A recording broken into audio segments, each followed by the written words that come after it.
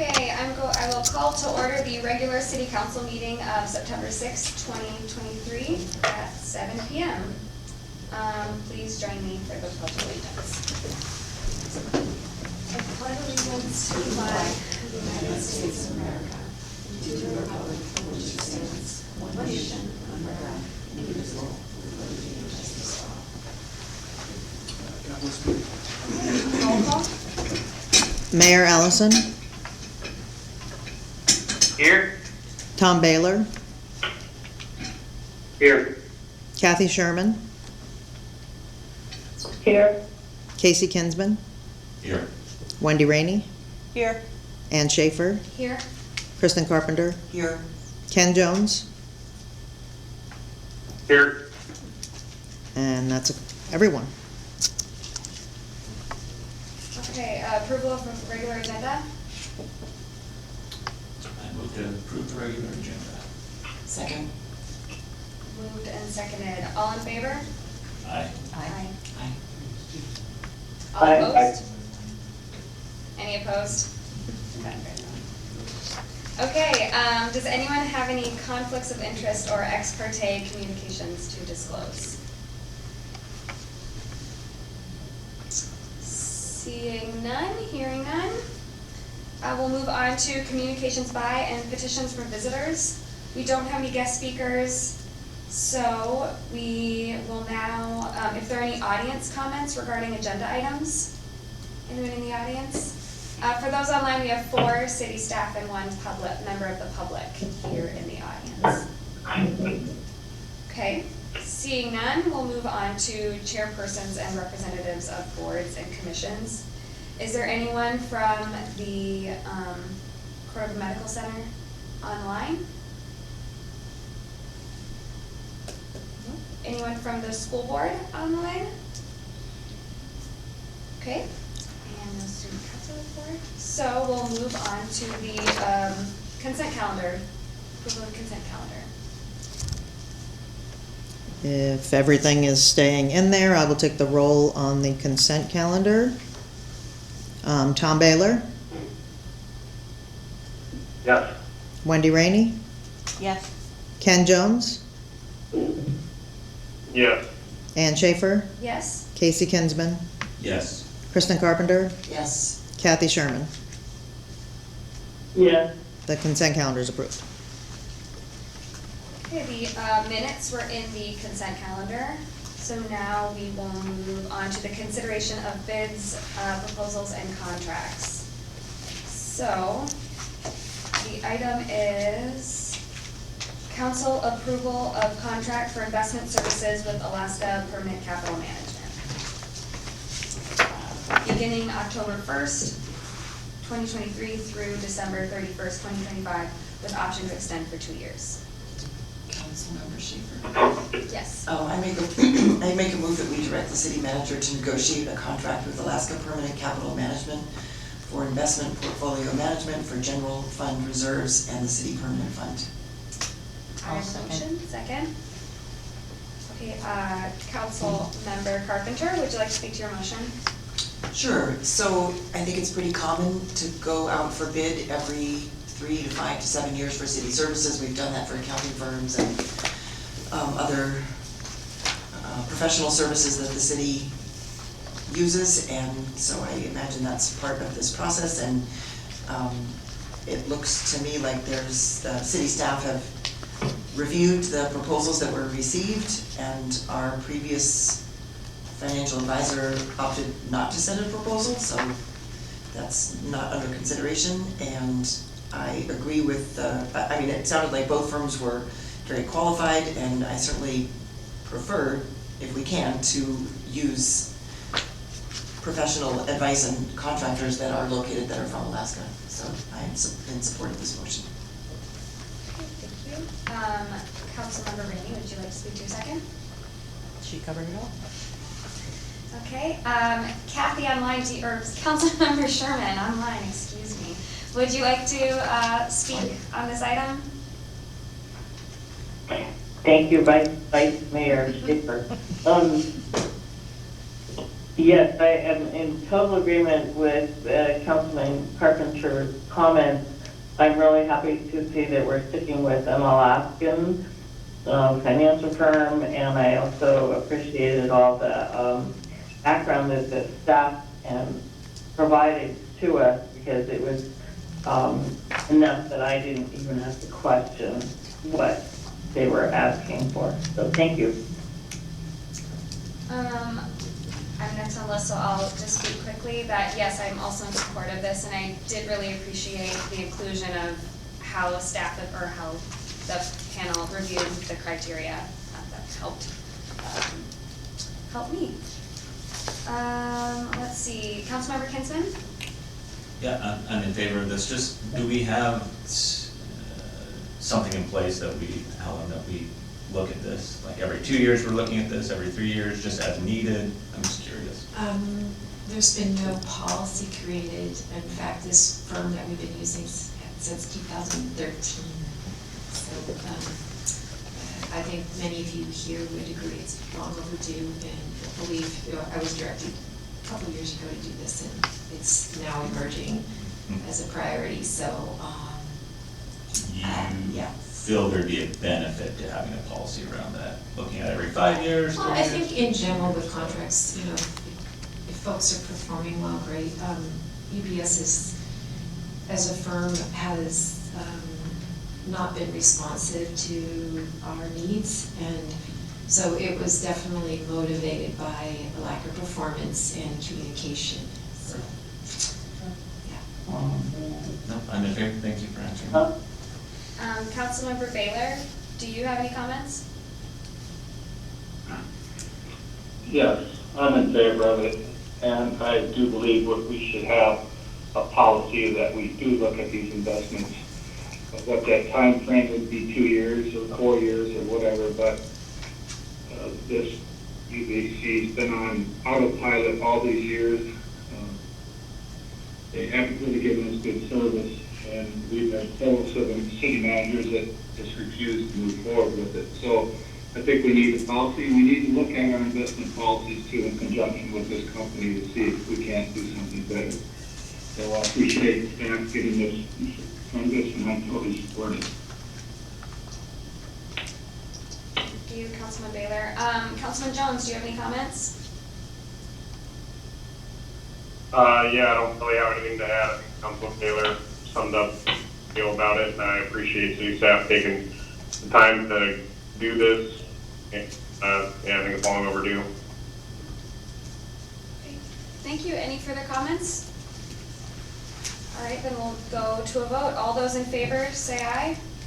Aye. Aye. All opposed? Okay. That was good. So, reports of officer. Mayor Allison, do you have a report to share? I don't have anything special to add to everything, so thank you for covering tonight. City manager. Right, in your packet is a financial report, general fund report through the end of July. And there's also a cash best report, and that is the contractor that we've hired to help analyze returns on investments in our general fund, our cash flow needs, fees for service through our banking and various service providers that deal with payments and whatnot. And they're helping trim costs and maximize returns. The report in front of you is second quarter. It's a lot of stuff, but if you read through their analysis, you'll see recommendations that they make around funds that are sitting in our bank account that aren't earning interest earnings that we do not need based on our cash flow that they monitor over time. So staff is actively working to check off all of the recommendations that they make. Couple things of note, we did work with First National Bank, and Cash Best was involved in the meeting to discuss CD rates and better investments for some of our bond or we're required to hold CDs for certain loans that we have outstanding. And we were earning very poor rates, and so we were able to negotiate with FNB on that. They're also taking a look at the fees that they're charging us and making some recommended changes on their end. And overall, we're housekeeping, so the other piece, the big piece, is that we are very well along the way in transitioning to NetSuite, which is a new software, accounting software that we're going to be deploying starting January 1st. So we're well underway with that, and I think it's going to make reporting much more transparent and easy, and we'll be able to get you the kind of information that you need to make good financial decisions. So we're well on our way with that, and if there's any questions, by all means let me know. The other big thing on the agenda for me is the South Harbor project. Colin is here to give an update on that. He has a report on page 70. If there's any questions you have, he's here to answer them. And then Tony, I think probably we need to have you give an update on the harbor lift that we had an incident with, and there's a lot of chatter in the harbor anyway. So if you wouldn't mind coming up and sharing, that would be terrific. And then again, if any of you have any questions on the status of where things are, in addition to the report that Colin has in the packet on page 70, do let me know and we'll call him up to answer questions. Good evening. Okay, it's on. So yeah, we had an incident. We were lifting a boat, trying to remember, 10 days ago now. As we were lifting it, it wouldn't lift anymore, so we took a break, looked at, assessed the situation. As they were getting ready to put it back down in the water and adjust the straps, the number 5 winch completely failed and unspooled all the cable off it. So we dropped it port side down forward. Luckily, no one was on the boat, so no one got hurt. None of my crew got hurt. Minor damage to the boat. I walked around with the surveyor on it with the insurance, looked at that. Immediately we called Kendrick Equipment, which is Travel Lift. They had a tech up here within 3 days. So we put a new winch gearbox on it, went through all the testing. Tech spent 4 days here, going through all that, doing all the tests, and then right now we are waiting on the wire rope for it, which will be shipped out on the 10th, and new straps for it. And they will come up, they'll send a tech up for that because the trailer will be here, ready to be put back together, the transporter that we bought. So then they'll run through on the weight tests, gauges, all that again. But everything they can figure out, it was a failure of the winch is the only thing they know. So. And our insurance has been notified and is working with settling any claims that might arise. We have a $10,000 deductible, which is, better than a poke in the eye. And the insurance companies obviously are used to these kinds of claims and know how to handle them. So we're keeping abreast of that. Tony is well on his way to getting it fixed, but it is a little bit of a delay. The Travel Lift company requires use of their cables and their slings. So those had to be made and manufactured and shipped here, so that's the delay. We can't just pick up any old rope. So we are definitely going to be squeezed a little bit, but these guys are going to be working around the clock to get the boats out of the harbor, because that has to be done by second week of October.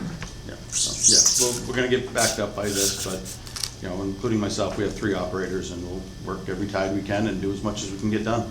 So we'll squeeze it in there and get it done. Any questions?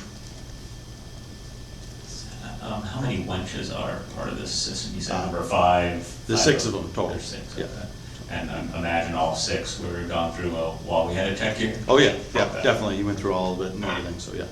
So, and then Now like I is said, this- once we get the wire rope and the slings back on, we'll do another test and everything, so. Is there something that could have prevented this? Not that we know of. Every year we have a tech come and do an inspection on it for this reason, just, to keep checking things that we don't see, new set of eyes.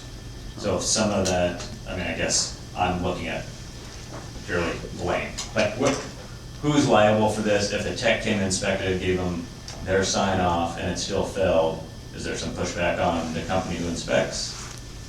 Or we just, this is act of just. I'm no having to lawyer, have so it? I mean, no, machinery fails, you know.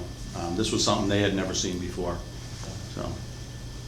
yeah. And they typically inspect what time of year?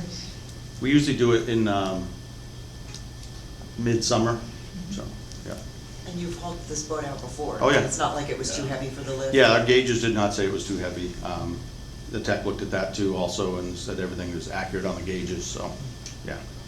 Yeah, we just, sometimes we get a boat and we only can get it so high, so we go back down and kind of adjust to pick up the weight on the different winches, and, yeah. Thank you for addressing that, because I've heard a lot about it. Oh, yeah, no, I know, I've heard some rumors, but yeah. Well, and I mean, the other side of it is then it throws the whole operation Oh, yeah. into question of, Yeah. oh, why do I want them touching my boat now? Yeah. So, thank you for. Everyone talking I've talked to it. that has, been really good, and they understand that we're backed up a little bit. We've called everyone ahead of time and said, hey, if you're coming to Cordova just to get your boat out of the water, hold off a little bit. So everyone's been really good. Thank you. Yeah, you're welcome.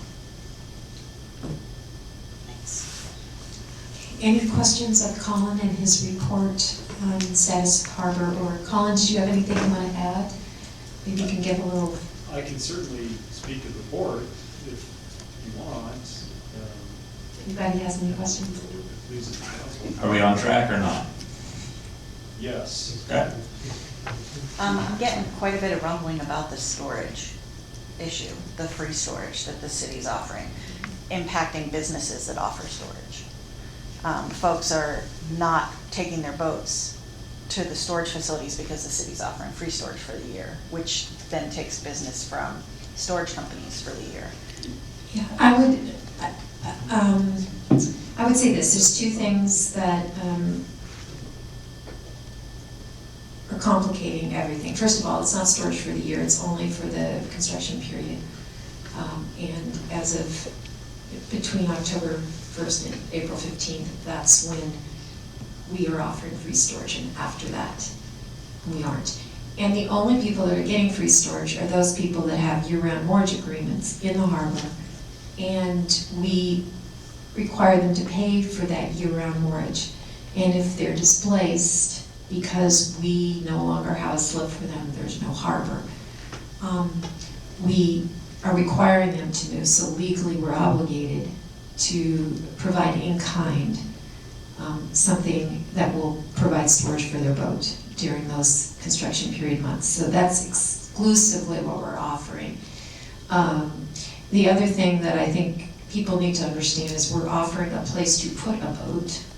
We're offering a parking spot, but we're not offering monitored storage, or, there's no guarantee that someone will go around and check and make sure you're grooved for your cables or whatever. So once again, it's 6 months of free storage, and it's because we have a year-round lease agreement with vessels. If we don't, then the storage is on them.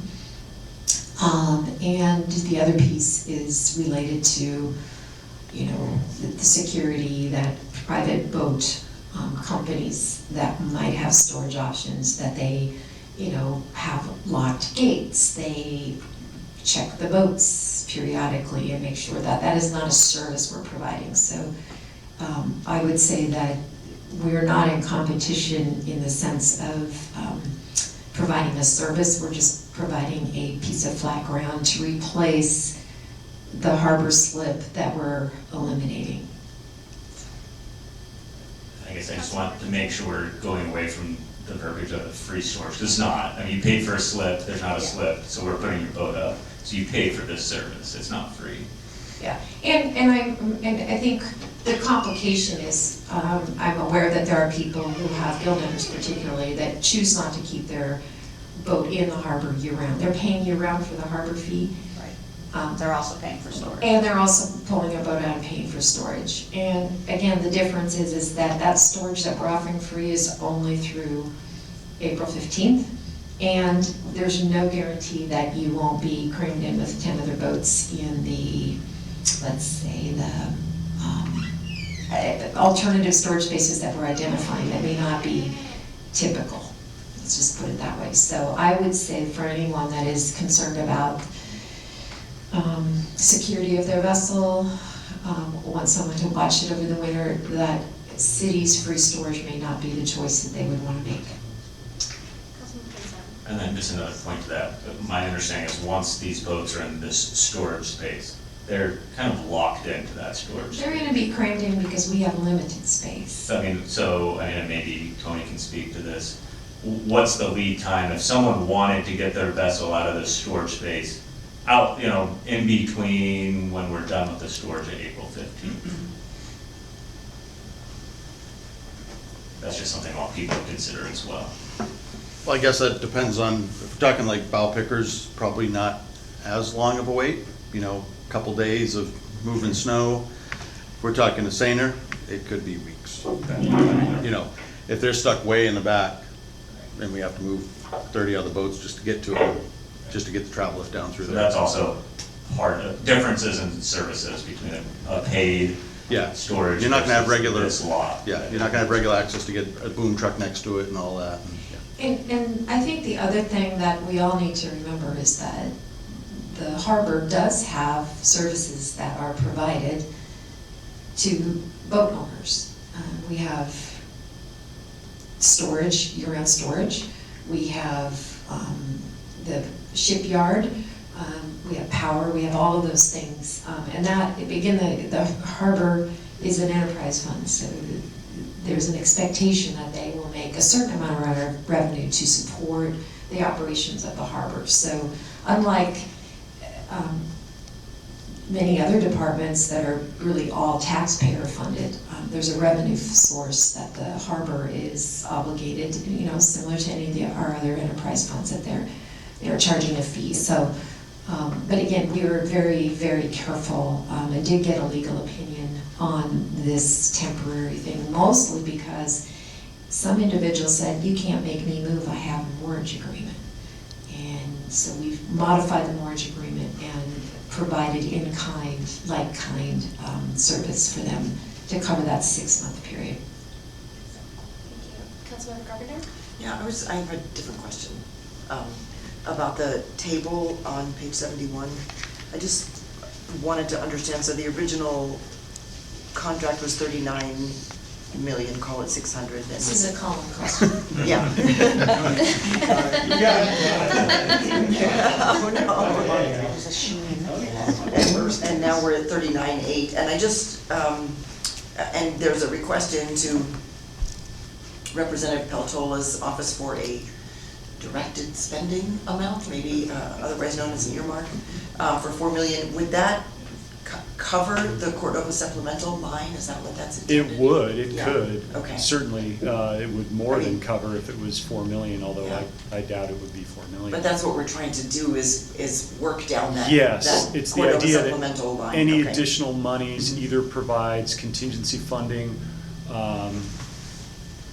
and/or reduces the Cordova, that's what I call it, Cordova supplemental Yeah. fund, as much as possible. So, for instance, we got the Denali grant for $750, and most of that was taken up already by the change orders that we have. So we have like 200,000, actually 400,000 in change orders, so there's just a little bit of money left over that will take off the top from the Cordova supplemental, but that's today, before we even start demo. So anything we get now, the idea is that, assuming it doesn't go over the contract cost, it will just reduce Cordova supplemental. Okay, thanks. I thought that was the case, but I wasn't sure. Mm-hmm. Thank you. Okay. I guess my question, Colin, is with the delay of about a month, are we still on track to be complete by April? Or is that now extended? In talking to the contractor with this, yes, we see a path to completing on the scheduled time. But that's today, much like any other money, contingencies, costs, whatever. But they're confident, we're confident that we can still do it. Now, again, that's today. So, but we were able to push it back. And it was one of those things, like, are we gonna pay now on time, or are we gonna pay later? I mean, in the spring, it's almost the same. You have a big service drill, and you also have the beginning of the fishing season, so it's virtually the same scenario playing out in April, May. So do we push in and then just kick the can down the road? Hopefully not, but that's a possibility, absolutely. But not one that not a high likelihood right now, at least the way we see it. Pushing the 3.5 weeks is not gonna. And do you want to talk a little bit about Merritt and where we are with that? Sure. So, if you'll go back to page 70, and we can talk permitting. Permitting all of this stuff, and last time I briefed you guys, we talked about the 7 different permits that we're chasing right now. And 6 of them are environmental, and 1 is called Corps of Engineers Section 408, and that is the navigable waterway portion. So it doesn't have an environmental component. It's basically the channel, the fairway, the turning basin, and the break wall silt barrier. That's called a Corps of Engineer project. So that 408 is its own thing. It certainly is influenced by others, but so we've got all these things that we're chasing right now. We actually just got the 401 Corps of Engineer and, I'm sorry, 401 Alaska Department of Environmental Conservation Clean Water Act discharge permit, which has an element that's got to go to the Corps of Engineers. So we did just clear that hurdle, which is good. That's a standalone, so we don't get that doesn't really propel us into other areas. But it's a start, and it shows kind of that our project is righteous, and we're not doing anything that's objectionable. You know, we're replacing what's already there. So that's 401. We just got that this week. That's a good thing. The big one, the big tent or the big pole in this tent rather, is the Section 7 consultation biological opinion through the National Marine Fisheries Service. That is the most important, and what that is focused on primarily is gray whales and stellar sea lions. Once we get the biological opinion, which we should in the coming week or weeks, that pushes through into finding no significant impact and granting our NEPA completion process, which will then push our MARAD grant agreement into the green, so to speak, and move that along. So there's a lot, but and they're complicated. We've also got an IHA for sea otters. Sea otters are not endangered or threatened, at least not here, but that's another one that we've got. So really, to get anything done, mostly on pile driving, that's really the big issue because of the acoustics of driving pile. We've got to make sure that we've got this biological opinion, Section 7 consultation, and our U.S. Fish and Wildlife Service incidental harassment authorization for sea otters. Now, we can do demo up to the point that we pull the piles out. Now, if we could pull the piles out with just a big tug from a crane, no problem. We could do all the demo. Probably, you know, like anything, you get to that last bolt, and that's the one that's going to strip out on you. So probably the same thing here. You get to the last dozen or so piles, and you're going to have to put a vibratory hammer on it and pull them out, and then that would put you in violation of these environmental marine mammal issues. So we can do demo, we can pull all the floats out, we can do some work in the uplands, but we just can't yank those piles until we get those environmental permits, and we also can't drive the pile too. So that's where we're at with the permits. And I think one of the things I want to just piggyback on is what he's talking about is there's an inherent delay right at the moment getting all these permits and things in play. I mean, we had talked at one point about starting things on September 1st and getting boats out by September 5th or 6th. That's just not in the cards. So fortunately, I think for city and this project, you know, we don't have all the permits in play, and we're able to accommodate the vessels that want to do service and other things. So that was just sort of a byproduct of these delays. But Colin is definitely driving these permits and speaking regularly with the Corps and others, because without those, we are no-go. And without MARAD funding, we can't pay bills. That's $20 million. So we're kind of juggling some balls here, and definitely feeling a little bit, you know, nail-bitey, but Colin is very calmly proceeding with all the folks that he needs to chat with and putting pressure where needed. So I'm grateful for that, and And, sorry to interrupt, but I Oh, just wanted to say, that's where we're at. It's a house of cards, it's Jenga, it's whatever it is, but, he's slowly getting us there. Yeah, we've got a meeting with Corps of Engineers on Friday for the Section 408 to, clarify the permit for that and just make sure that the design doesn't interfere with their project. So that's where we're at with that. We've closed out a bunch of grants. I'll just run over this since I'm sitting here. Closed out a bunch of grants and still got $5 million left, and we're on our $1.5 million per month budget until November. And at that point, we're confident that we'll have MARAD money kick in and cover all of that. So cover the rest of that. So that's really it. And then you've heard the vessel relocation and city impacts. Also with that, I didn't touch on was the closures of Nikolaff. We'll certainly have closures on Nikolaff to remove all the vehicles that are parked on the waterfront side, as well as some city-owned property that we're going to need for laydown area. But once we get some more clarity on exactly what those dates are, we'll know that. We suspect demo will start on the 9th of October. And within that first week or so, we'll have to clear out some area just so they can crane over all the barge pieces or all the float pieces so that they can be taken out to the landfill. So like Helen said, yeah, it was easy to push back on the schedule because we don't think it's going to interfere, but we also have so many other competing interests right now that it was kind of a no-brainer to get to do that. And so the renegotiation was very easy, and it's like, yeah, sure, we can wait a little bit. So that's where we're at. Thank you. Any comments online?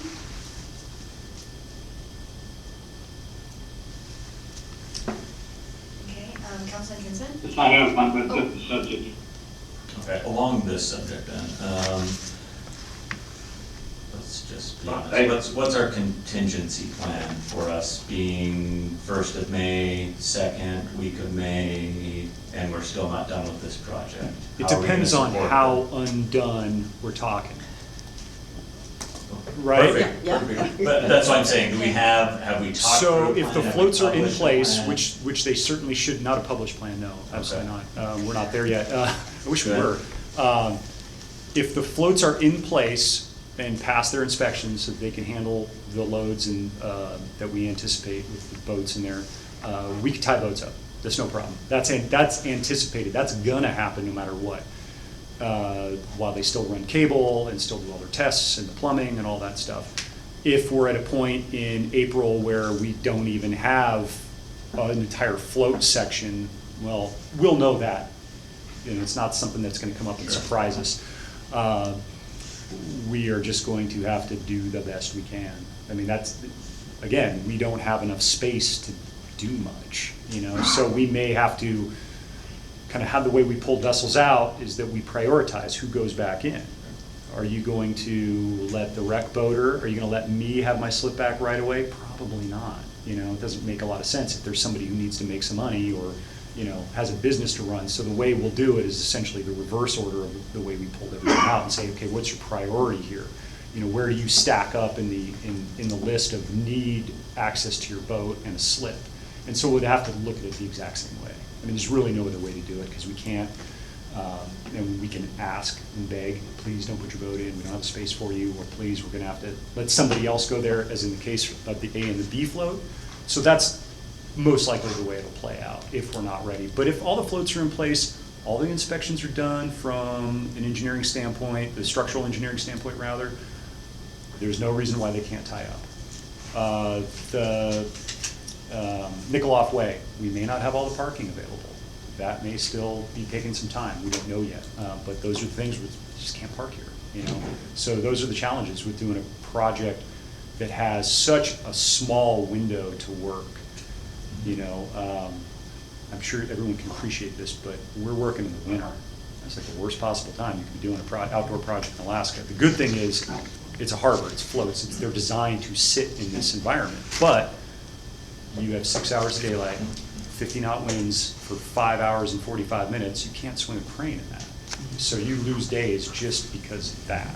Alaska weather votes first, last, and loudest. So is it gonna happen? Yeah, we're gonna be delayed, for sure. It's kind of like, get ready for it, but how bad? It's anyone's guess. But the unraveling of it, and to answer your question again, we're just gonna have to do it in reverse of the way we pulled everybody out, and just go back to prioritization. Who needs to be here most? And the good news is that Turnagain Marine, who did get the contract and has experience working in rural Alaskan communities with harbors with inclement weather, and so this is not new to them, and I think their experience will show as they progress on the project. Yeah, absolutely. They're there's not a corner of Alaska that they haven't built a small boat harbor in. Their portfolio is pretty impressive. So if they're confident, we're confident. And they own all their own equipment, their barges, their cranes, all that stuff. So, you know, they're not having to go through subs with that stuff. There's really important stuff. And from a production standpoint, we are ahead of schedule. Like, our stuff is being built, and we're 2/3 of the way through all the floats being built. So that's big, and they'll start showing up in November. So, you know, no guarantees, and it's tough, and it's a bad window to do it, but they're confident they can do it. They've done it before. Yeah, you know, it'll get done. So Nicolaf Way, mainly the parking would be shut, the road itself won't be completely closed off. There will be times, just because they're gonna be swinging stuff over, that we're gonna have to close it down. I suspect, so right now, the plan is to move stuff on the west end of Nicolaf, not on like the AC side, so we don't anticipate too much of a closure there, or a complete closure, maybe one lane or something like that. Yeah. But it just really depends on, you know, what we're allowed to do, tides, wind, what stuff comes out like, because, you know, things come out in pieces when you hope they come out whole, so we'll see what we get. And then the road work, you start digging in the road, you just don't know, water mains and new electrical and all that stuff. You know, there'll be closures, unanticipated closures, and more complicated closures, but hopefully it'll be kept to a minimum, and we can reroute traffic, so. Great, thank you. Okay. Was there another comment online? Yes, I have a question to the manager. Okay, thanks, Colin. Go ahead, Councilman Baylor. Yeah, a couple of meetings ago, I'm talking about the unrealistic hours they were working. Did you get a chance to address and correct that situation? I missed the question. Could you speak again? The hours that the police officers were working a couple of meetings ago, did you get a chance to address and correct that situation? They Oh, were yes, working some sorry, unrealistic yes. hours. Yeah, I think for any of us that were in the room when the police officers and Chief Goss gave a presentation, the number one thing that I was alerted to was our officers were working hours that were impacting their ability to stay awake. They used things like mistaking a cell phone for a gun and other things like that that are just a sign of exhaustion, and certainly not sustainable, and certainly not safe or healthy for anybody. So we had a serious talk about that. Chief Goss has now left, and there's a new schedule in play. We have officers working from what the schedule shows. We have officers who are working a much more reasonable schedule. The problem lies when there's call-outs for emergencies or other things that might bring them in from an on-call situation. But again, we're entering the calmer time of year when hopefully not as much activity for officers, but you can never know. So yes, we have a better schedule. Yes, we're looking for new officers. Yes, we're looking for a new police chief. And we do have an officer who will, in just 3 weeks, I think, will be able to go from being a ride-along to being a full officer. So we're working our way back to some semblance of sanity, I hope, scheduling sanity anyway. Because we only have 2 now, correct? 3. Because we have 1 on paternity leave. Yeah, I guess he is gone now, isn't he? Yeah. So we've got Pfizer. Pfizer's on maternity leave. We have acting chief Cameron Hayden. We have McMicken, and then we have the other officer who is still in training. So we do have that. And it's just a constant struggle.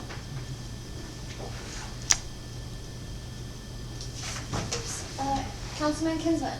Do we have any prospects on a new chief? Any qualified applicants? We have 4 applicants. They're in review stages.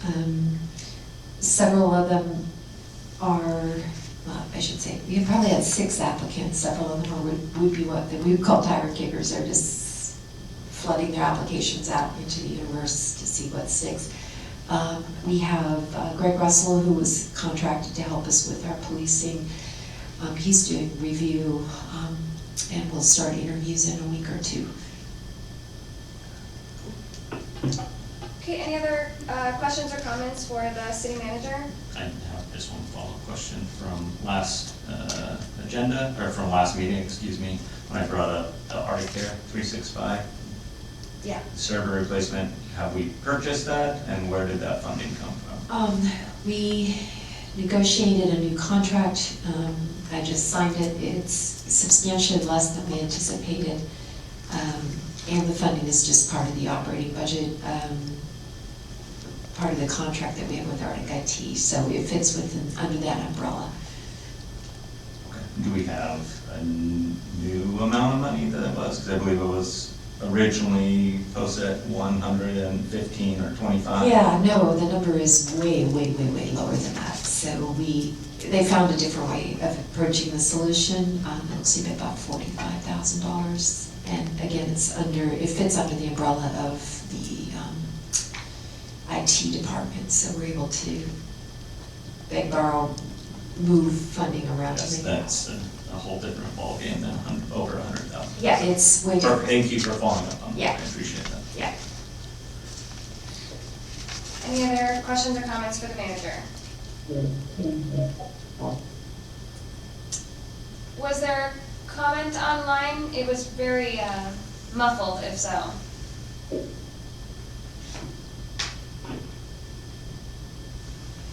Okay, let's move on to city clerk's report. I don't have anything to report.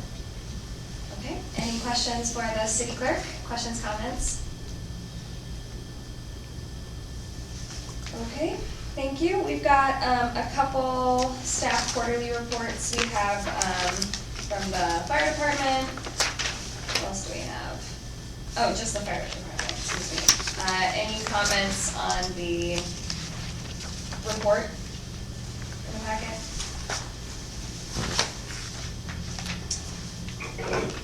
Okay, moving on to correspondence, we have one letter from the Pioneers of Alaska, Igloo number 5, supporting Cordova covered spaces. Any comments on correspondence? Seeing none, let's go to ordinances and resolutions. So we've got ordinance 1209, an ordinance of the council of the city of Cordova, Alaska, authorizing the city manager to enter into a 20-year lease with Trident Seafoods for property described as a roughly 22,000 square foot portion of Lot 3, Block 7A, Tidewater Development Park. And this is the second reading. So do I have a motion? Councilman Carpenter? Sure, I move to adopt ordinance 1209. I'll second. Moved and seconded. Councilmember Carpenter, would you like to speak to the motion? This is, as you noted, the second reading, so we have talked about this before. We talked about the fact that it's a lease that we're just renewing a lease that ran out of renewal periods, I think. And so it had to be treated as a new property lease, so we're going through the process of that. And it's a lease that we're looking at to a well-established user that's been using this waterfront for decades. And so we're not really changing the use of the property. We are adjusting the lease so that it reflects periodic price increases, I understand, the consumer price index, which is great. So I'm in support of the motion. Okay, thank you. Councilmember Rainey, any comment? I have nothing to add. Thank you. Councilmember Kinsman, do you want to speak? Just a question, maybe Kevin, you can answer this. Did the previous lease have the CPI agreement in it, or is that new to this lease?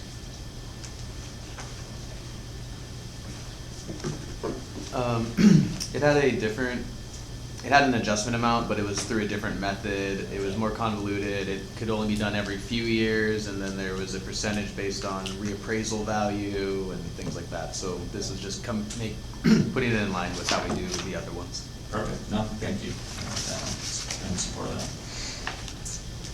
I'm also in support of this ordinance. Councilmember Jones, would you like to speak on the ordinance? I support it.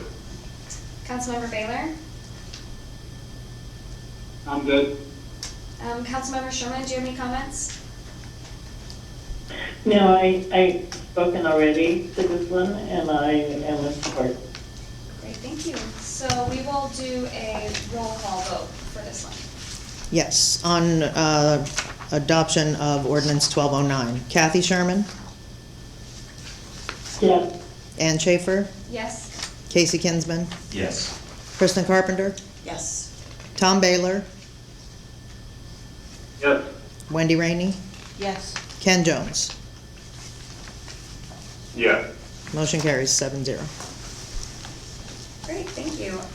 We don't have any unfinished business, but we do have new and miscellaneous business.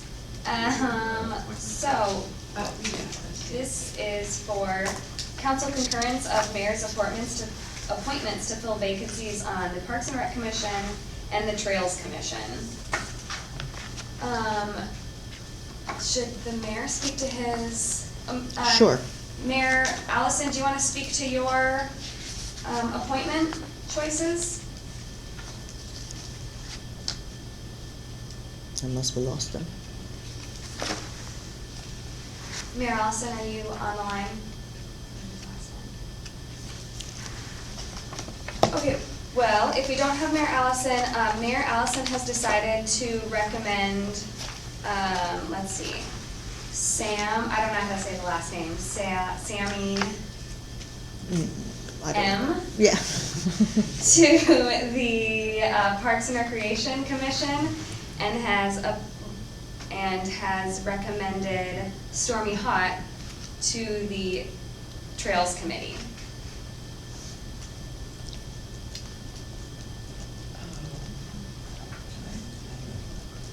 Oh, go ahead.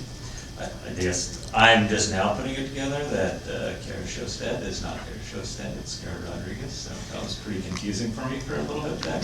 Like I am missing something here. So Did I put Joseph? Yeah. Sorry. That's just not knowing Known the her that background way of for a all long players. time. My Acting fault. for the record, Kara Rodriguez. Would anyone like to concur or make a motion or take an alternative action? Councilmember Carpenter. Yeah, I would like to move that we appoint, did you say what his recommendation He was? recommended Sammy M. Okay. for Parks and Rec Okay. and Stormy Hott for Trails Committee. Okay, so I would like to nominate, or I guess concur with the recommendation of Sammy M. for Parks and Recreation, and I would like to appoint Natasha Cassiano to Trails and Rec, to the Trails Advisory Committee. So I make that as a motion, offer that as a motion. Okay, we have a motion. I'll second Anyone want a that. second? Okay, we have a second. Councilmember Carpenter, would you like to speak to your motion? Sure, so,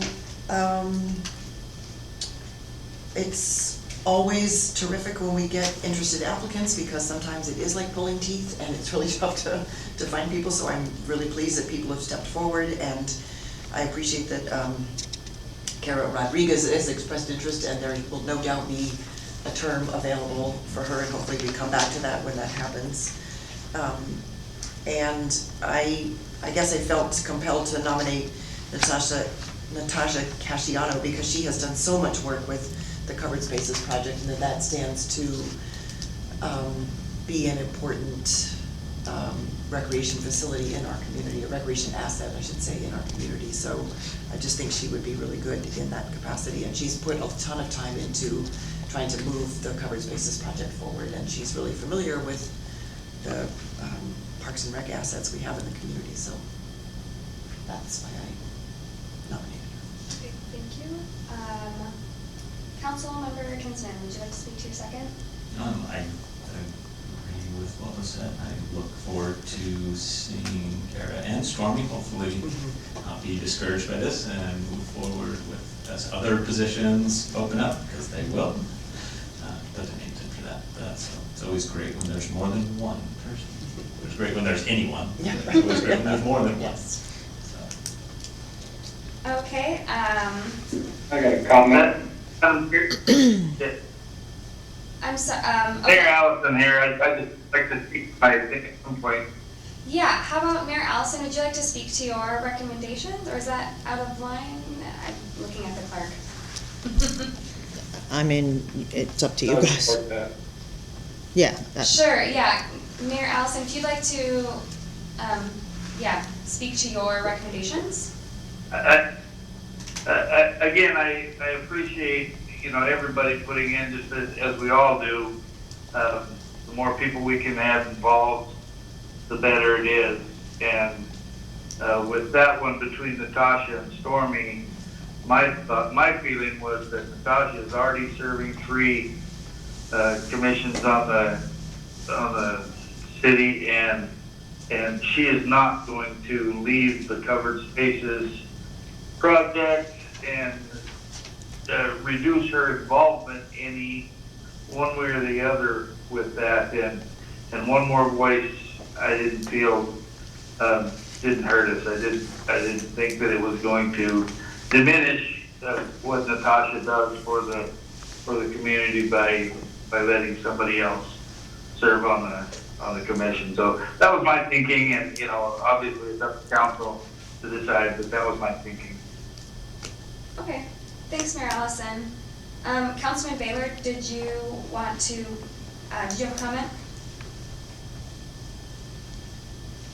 Yeah, I guess I just, you've got somebody working on the covered spaces, which is not really a city project at this point, is my understanding.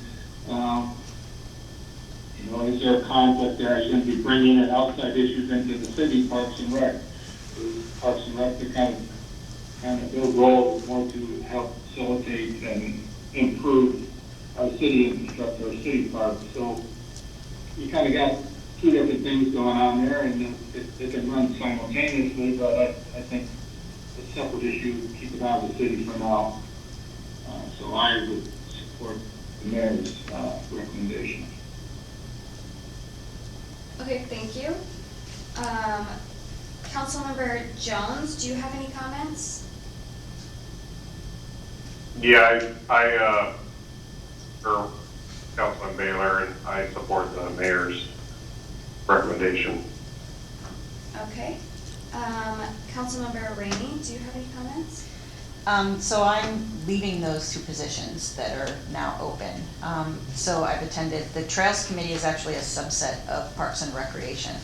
So Natasha has been involved tremendously in the meetings of the Trails Committee, not only with the covered spaces, but just looking at the trails that we currently have and improving them. I think her voice is great on the Trails Committee. Stormy could attend those meetings and certainly, get some input in that way. I just feel like Natasha's been a big part of the process already and has put a lot of time and energy in it, and her voice at the table would be a great asset. I don't think she's going to turn the Trails Committee's direction into the covered spaces, although it is a big part of the Trails Committee conversations right now, because it ties into the trails that they're trying to maintain and the new trails that they're trying to look forward to. But I feel pretty strongly that Natasha would fit into that seat. I know going forward, the Trails Committee's talked about looking at seeing the potential to add more members. At that time, I think it would be an awesome addition to put Stormy into that.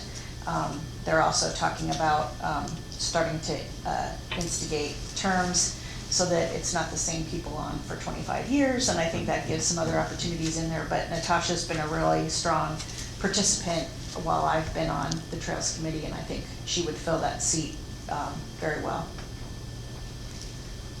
Okay, thank you. Councilmember Sherman, do you have any comments?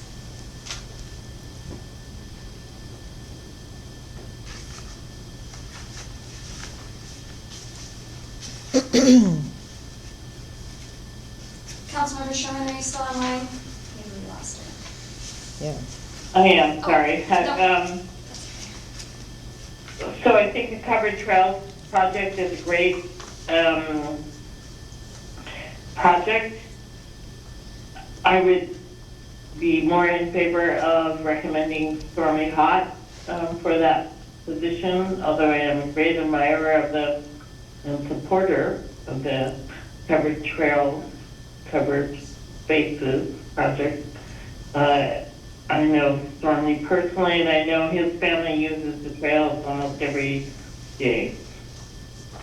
I think, I also would be in favor of recommending Carousel Shed for Parks and Recreation, but, I'm willing to enter into more discussion with council members.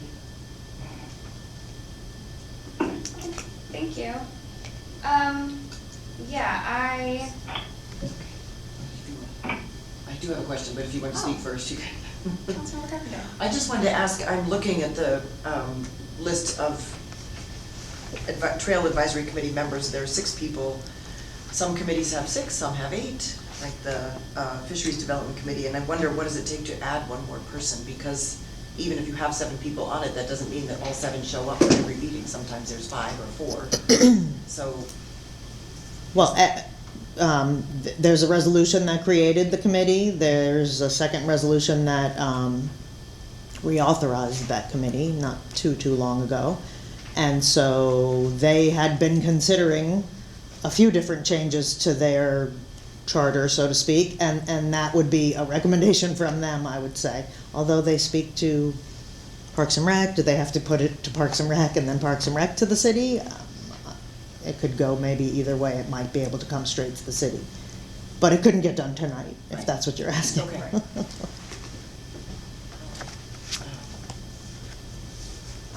I also think that if it became 7, I don't know how often they're full-on voting on things, but then sometimes it stifles you because you can't get a quorum.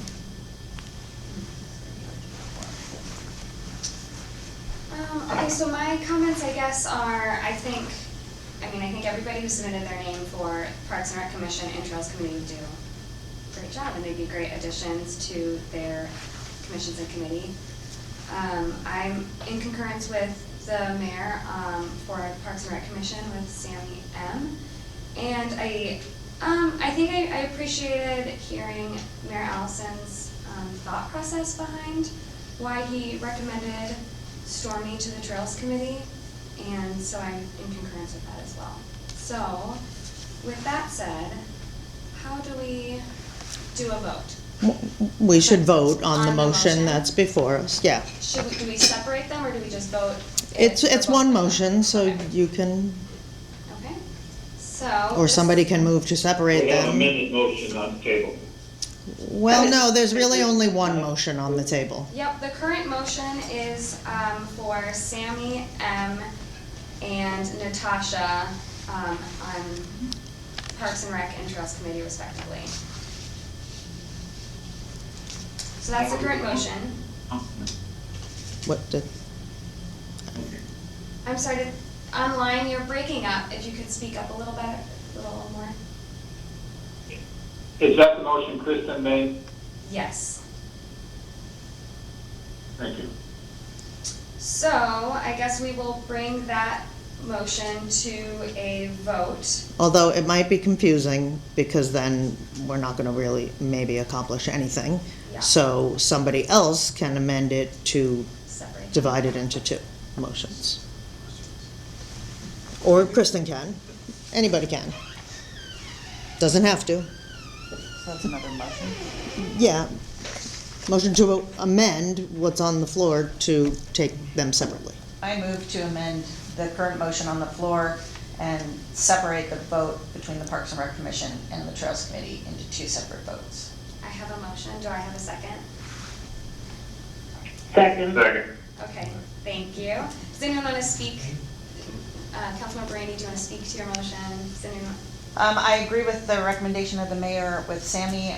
The background Sammy has in Parks and Recreation is very similar to the background that I had, and I was on that commission for many years. I think that brings a lot of backup to Duncan, having that education coming into the council. So I agree with that, and I've spoken to Natasha, although I'm really excited that there were 4 folks that put in for it. I think everybody's qualified. I just feel pretty strongly that Natasha is better served on that committee. Would anyone else like to speak to the amended motion that's on the table? Well, it's just an Or amendment the to separate amendment them. to the motion, sorry. Councilmember Sherman. So can we have the motion repeated, please? So The amendment. the amended motion is to vote on the Parks and Recreation recommendation and the Trails Committee appointment separately. And currently, it's Sammy M. for Parks and Recreation and Natasha for Trails Committee. Does that make sense? Sorry. Well, that was not the mayor's recommendation though, correct? That's not the mayor's recommendation. That was the motion that Councilmember Carpenter moved, and I think Councilmember Kinsey seconded.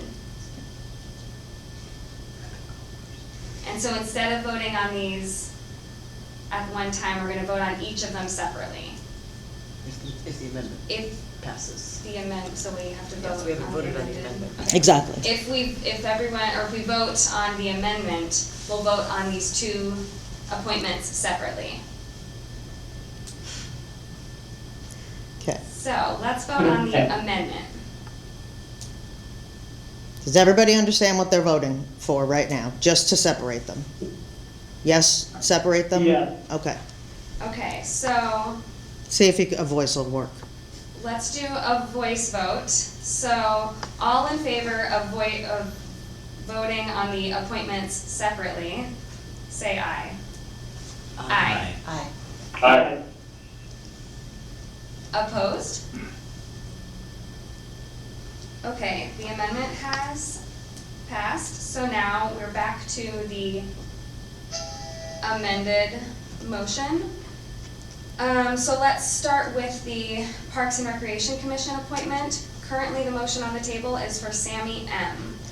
Would anyone like to speak to this motion? Okay, so let's do a voice vote on Sammy M. for Parks and Recreation Commission. All in favor, say aye. Aye. Aye. Aye. Aye. Any opposed? And when Sammy gets, okay, so that passed, and when Sammy gets on Parks and Rec, we gotta have her taught how to say her name. Okay, so now we're gonna go to the Trails Committee. The current motion is for Natasha for the Trails Committee. Would anyone like to speak to this before we vote? Okay, so let's do a voice vote. Should we do a roll call? Maybe Let's I'll do a roll roll. vote for this one, so the clerk will go around. Okay. For Natasha Cassiano on the Trails Committee, Casey Kinsman, Yes. Wendy Rainey, Yes. Ann Schaefer, No. Ken Jones, No. Kristen Carpenter, Yes. Tom Baylor, No. Kathy Sherman. No. The motion fails. 3-4. So do we need a new motion? If you would like to fill that seat, yes. Okay, so to fill the Trails Committee, do we have a motion? Mayor, Vice Mayor Schaefer. Councilmember Sherman. I would like to reconsider the nomination of Stormy Hott for the Trails Committee. I have a motion. Second. Do I have a second? Okay, thank you. Would you like to speak to your motion, Councilmember Sherman? No, I just, again, this is no disrespect whatsoever to Natasha Cassiano. I believe her project and the Saudi Women's Project for the Covered Spaces is an admirable and I support it project. But I know personally that Stormy Hot and his entire family utilize all our trails almost freaking daily. And I would just like to thank him as an important appointment to our committee. Thank you. I'm not quite sure who seconded. If you seconded, would you like to speak to your second? Anyone else like to speak? Who did second it, though? I didn't write it. Was it Tom Baylor or Ken Jones that seconded?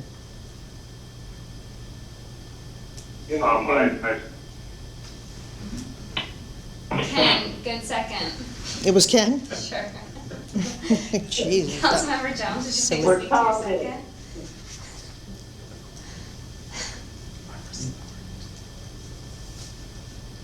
Okay, would anyone else like to speak? Support. Okay, great. Let's do a roll vote. Okay. For Stormy Hot appointment to the Trails Committee. Wendy Rainey, Yes. Kathy Sherman, Yeah. Ken Jones, Yes. Ann Schaefer, Yes. Kristen Carpenter, Yes. Casey Kinsman, Yes. Tom Baylor, Yes. and motion carries 7-0. Okay, thank you. Now we will move on to item 17, council action on disposal and method of disposal for lot 4A Northville Development Park. 16. Oh, I skipped one, I'm sorry. Okay, sorry. We're moving on to 16, council action on disposal and method of disposal for a portion of ATS 220 adjacent to lot 10A, block 2, Southville Development Park. Madam Vice Chair? Councilmember Carpenter. I move to dispose of a portion of ATS 220, roughly 4,000 square feet in size, as outlined in Cordova Municipal Code 5.22.060 by negotiating an agreement with Andy Craig and C1 Gelback to lease or purchase the property. Okay, I'll second. motion and seconded, thank you.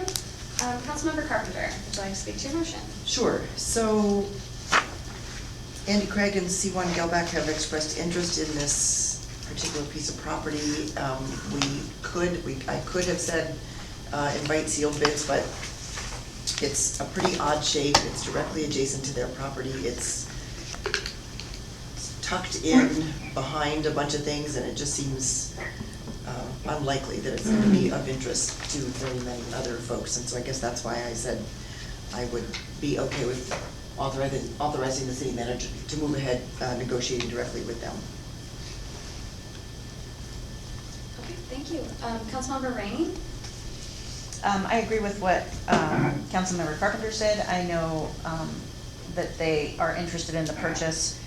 The purchase of that, I think, opens up some other opportunities for purchase of funky spaces there on the corner, and I don't see any reason why we need to go any further with opening up bids. Thank you. Okay, I'm gonna just go to my list. Councilmember Sherman, do you have any questions or comments? No, thank you, the staff has answered my questions, and I think that this makes a lot of sense, and if we could kind of survey up all those other little parcels to make them nice, neat lines, my OCD would be really happy. Thank you. I'm next on the list. I guess I appreciated all the background in the memo as well. And yeah, generally with these land sales and leases, we like to go out for bids, but in this context, I do think it's appropriate to negotiate with Andy and C1, so I am in support of this. Councilmember Kinsman? Yeah, I'm definitely in support of this. I just have a question with this additional area that's on page 105, and I believe yellow or green, whichever color that is. Would that require to come before us again to approve that to be in negotiation as well, if they are interested in that piece? I was hoping to just get that approval as part of this Okay, approval, perfect. so then I could approach them to see if they're interested and then just handle it all as one transaction, or however we end up doing that, so that was my hope. So I don't know if. I just wanna make sure, is our current motion Yeah, I don't know if the cover motion that, needs or to be do we need amended to? to that. Are those, they would be two different parcels? Yes. Well, it's probably 3 parcels. Yeah. Because there's 3 property owners there that would be affected. Mm-hmm. I feel like that should come. Yeah, Yeah. I was assuming that was gonna come back because of the way you put the motion. Well, the lease would come back, I mean, the purchase agreement would have to be approved by the council. I meant the other parcels. I thought it was, you were just showing a future possibility. That's what I was under the impression of. Mm-hmm. Yeah, because the motion is just written for negotiate with Them for the the one. people who One expressed parcel. interest, yeah, it was, so far it's just Andy. Yeah, that's what I'm saying, this would require an amended motion. The suggested motion was just for having the discussion, and then if you were interested in me trying to do all that cleanup at once, then it would require an amended motion to include that. Councilmember Sherman, did you have a question or Question. comment? No, I was gonna suggest that we amend the motion so that the planner could address those additional lots to the property owners so that we could kind of include this all in one big transaction and really make my OCD happy. I got a question. Councilmember, I'm sorry, is that Councilmember Baylor? It is. Go ahead. Well, I looked at the lot that's outlined in yellow, so that's actually touching that 2 different property owners, or the 3 property owners that are along this little corridor, correct?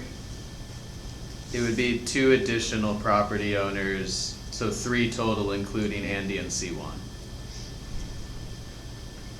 And Andy and C1 asked for the piece that is in turquoise, I guess. Yeah, whatever, yeah, turquoise or The other- greenish or whatever. Right.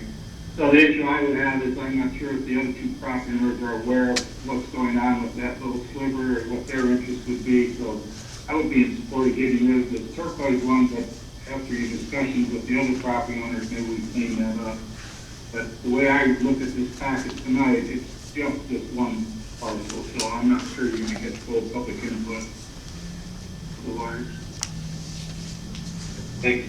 Yeah, and I was just gonna point out, I mean, if I didn't explain this clearly, I apologize, just in the last paragraph in the background section, I said, planning commission and staff suggest that if the council choose to dispose of this portion of ATS 220, that they allow for staff to reach out to the neighboring property owners to see if they are interested in purchasing the portion. Yeah, so I had intended for it to all be as one item, I'm glad I saw that. yeah. Okay.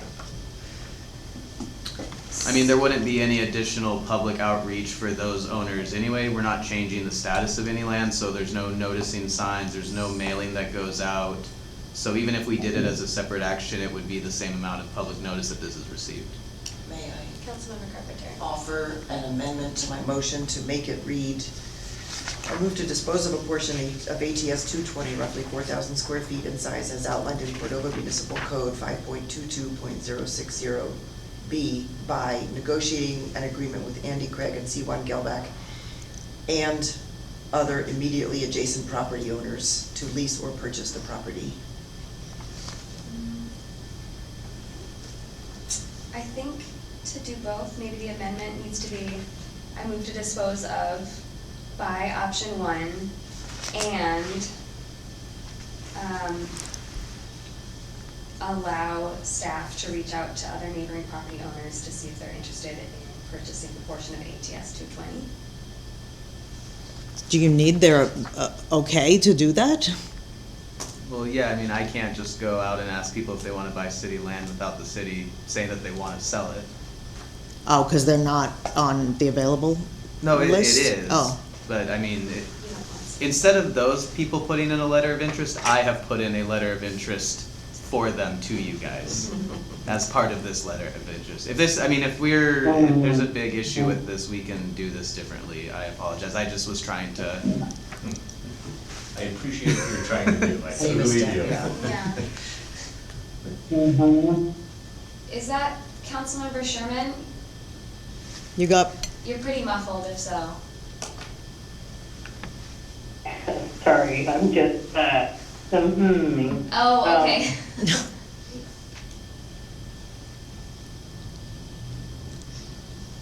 Did you have a comment or you're just agreeing? I would suggest just for keeping it clear and simple as we stick with what, Elon and the password and the other parcel can get addressed at a later date with the other property owners. There's also right-of-way issues there, so, I think we should just move forward with what the original motion was. But Councilman, I agree with I can withdraw the the other. it didn't really get a second anyway. So we still have the original motion on the table. It's disposing of a portion of ATS 220 with using option 1. Councilmember Baylor, do you have any comments on that motion? Normally I would say no, I think it should go out to public, but in this instance, I can see where that's probably not the way to go, and there's also a right-of-way issue there, so it's not like this is a buildable piece of property, so I will support the motion. Okay, thank you. Councilmember Jones, do you have any comment on the motion? No, I support it. Okay, thank you. Councilmember Carpenter? I just wanted to ask the planner, so when I looked at it today, I mean, it's pretty clear that,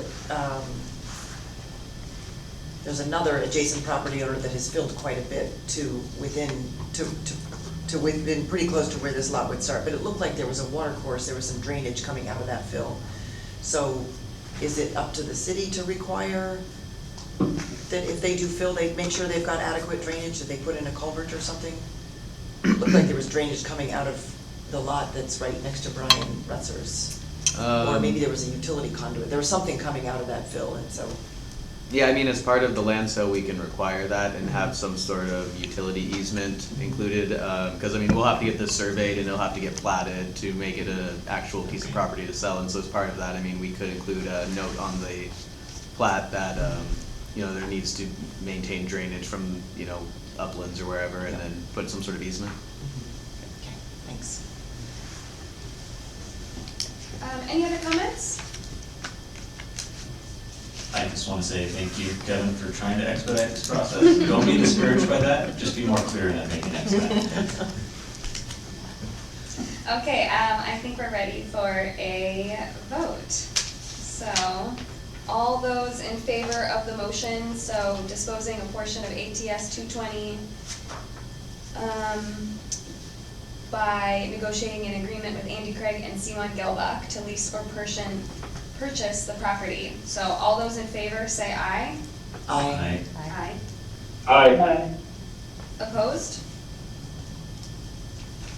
Okay. Accepted. Okay, now we're gonna move on to item number 17, which is the council action on disposal and method of disposal for Lot 4A, the Northville Development Park, addition number 2. I move to dispose of Lot 4A, Northville Development Park, addition number 2, as outlined in Cordova Municipal Code 5.22.060B, by requesting sealed proposals to lease or purchase the property. I have a motion, do I have a second? Second. Okay, thank you. Councilmember Rainey, would you like to speak to your motion? I'd just like to see this lot get sold, and then the money that's taken from that sale be put into expanding the Baylor property so we can move impounded vehicles out of that fill lot and get them over to the baler lot where I think it's a little bit more conducive for vehicle storage. Councilmember Carpenter? Yeah, I certainly agree with that, and I think it's, this is probably one of the last available pieces on the Northville, and I think it would be good to invite proposals. I mean, I think we've done that process in the past where there's a pretty valuable piece of property and asked for proposals, and so I think that's an appropriate method of disposal in this case. Okay, thank you. I'm gonna just go down my list. Councilmember Baylor, do you have any comments on the motion? Well, the city is using it now, so I would prefer to wait till they have an alternative spot for those vehicles. I don't think we're gonna have it, and actually having it, the two different things, with the property ends up getting sold, we don't really have anything ready for it. Then we're gonna be in a bind, we'll have them back up by the old city hall for everybody to look at it, so I would prefer to once we get that option, you know, of putting these vehicles, then put the set for sale. And then I also believe that the sale of property, that money goes into the permanent fund. So you say you're going to use it for that purpose, it would then take some vote to pull that money back out of the permanent fund to utilize it for that project. So just kind of point over there. Thank you. Thanks, Councilmember Baylor. Councilmember Jones? Yeah, I support selling property. I wish we would negotiate with the letter of interest submitter. I think that this has gone to proposals in the past, and 2015 and that time the best people have expressed interest many times over the years and have been kind of given the city's a ring, you know, down through the ringer with this property. And I would support going to next negotiation, but if we want to go for a sealed proposal, we'll support that. Okay, thank you. I'm next. I guess I would ask city staff what the timeline would be if this lot were to be sold to move the impound lot to the Baylor. So based on the discussions with the state, once I can get in the proposal for updating the lease to them, they said that would probably take 30 to 60 days for them to review and have a decision on. And so then after that, it would just be a matter of allocating the funds to do the work and securing a contractor to do it. You know, I mean, and so my thought was if we run this concurrently, the request for proposals process, that's gonna take 30 to 60 days, because it'll take me a week or so to get the RFP together. That gets advertised for 30 days or so. Then we have to review those, get them on the council agenda, so you know we're looking at 2 months for that process. And then it's gonna take another 3+ months to do the purchase and sale agreement. That's just typically how long these have been running recently. So, you know, we're looking at 6 months until we're even close to coming to an agreement. Then that agreement has to come back to you guys for an approval, and then we could also have a clause in the purchase and sale agreement that it's pending the completion of the work for the Baylor facility. So, again, I guess maybe, I don't know if I'm being too hopeful in trying to just, you know, keep things moving and not slow a bunch of stuff down unnecessarily, but that was just kind of my thinking along the timeline. So you think the timeline would be realistic? Or I mean, dependent on council allocating funds to actually do the work at the Baylor facility. So, I mean, that's gonna be the biggest issue, I would say, is we would need to actually get bids to figure out how much that work is actually going to cost, and then what the appetite for the council to spend that money is gonna be. So.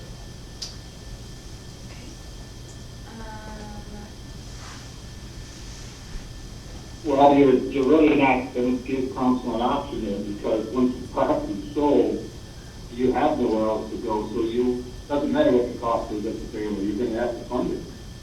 So why don't we find out what it's going to cost us before we jump into this situation? Like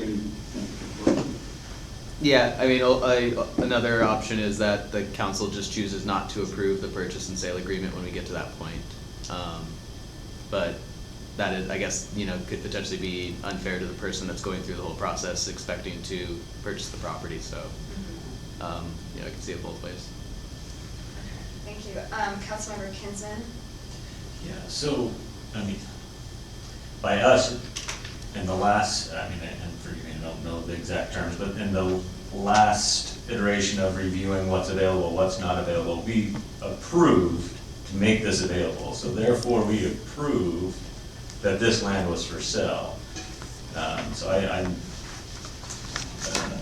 agree with what pieces of what you're saying, Councilmember Baylor, but we've made our decision, we all voted on, and that was a piece in there, so.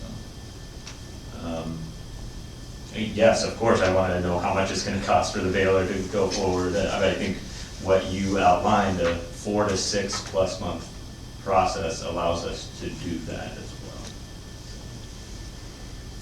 Thank you. City Manager? I just wanted to remind everyone that,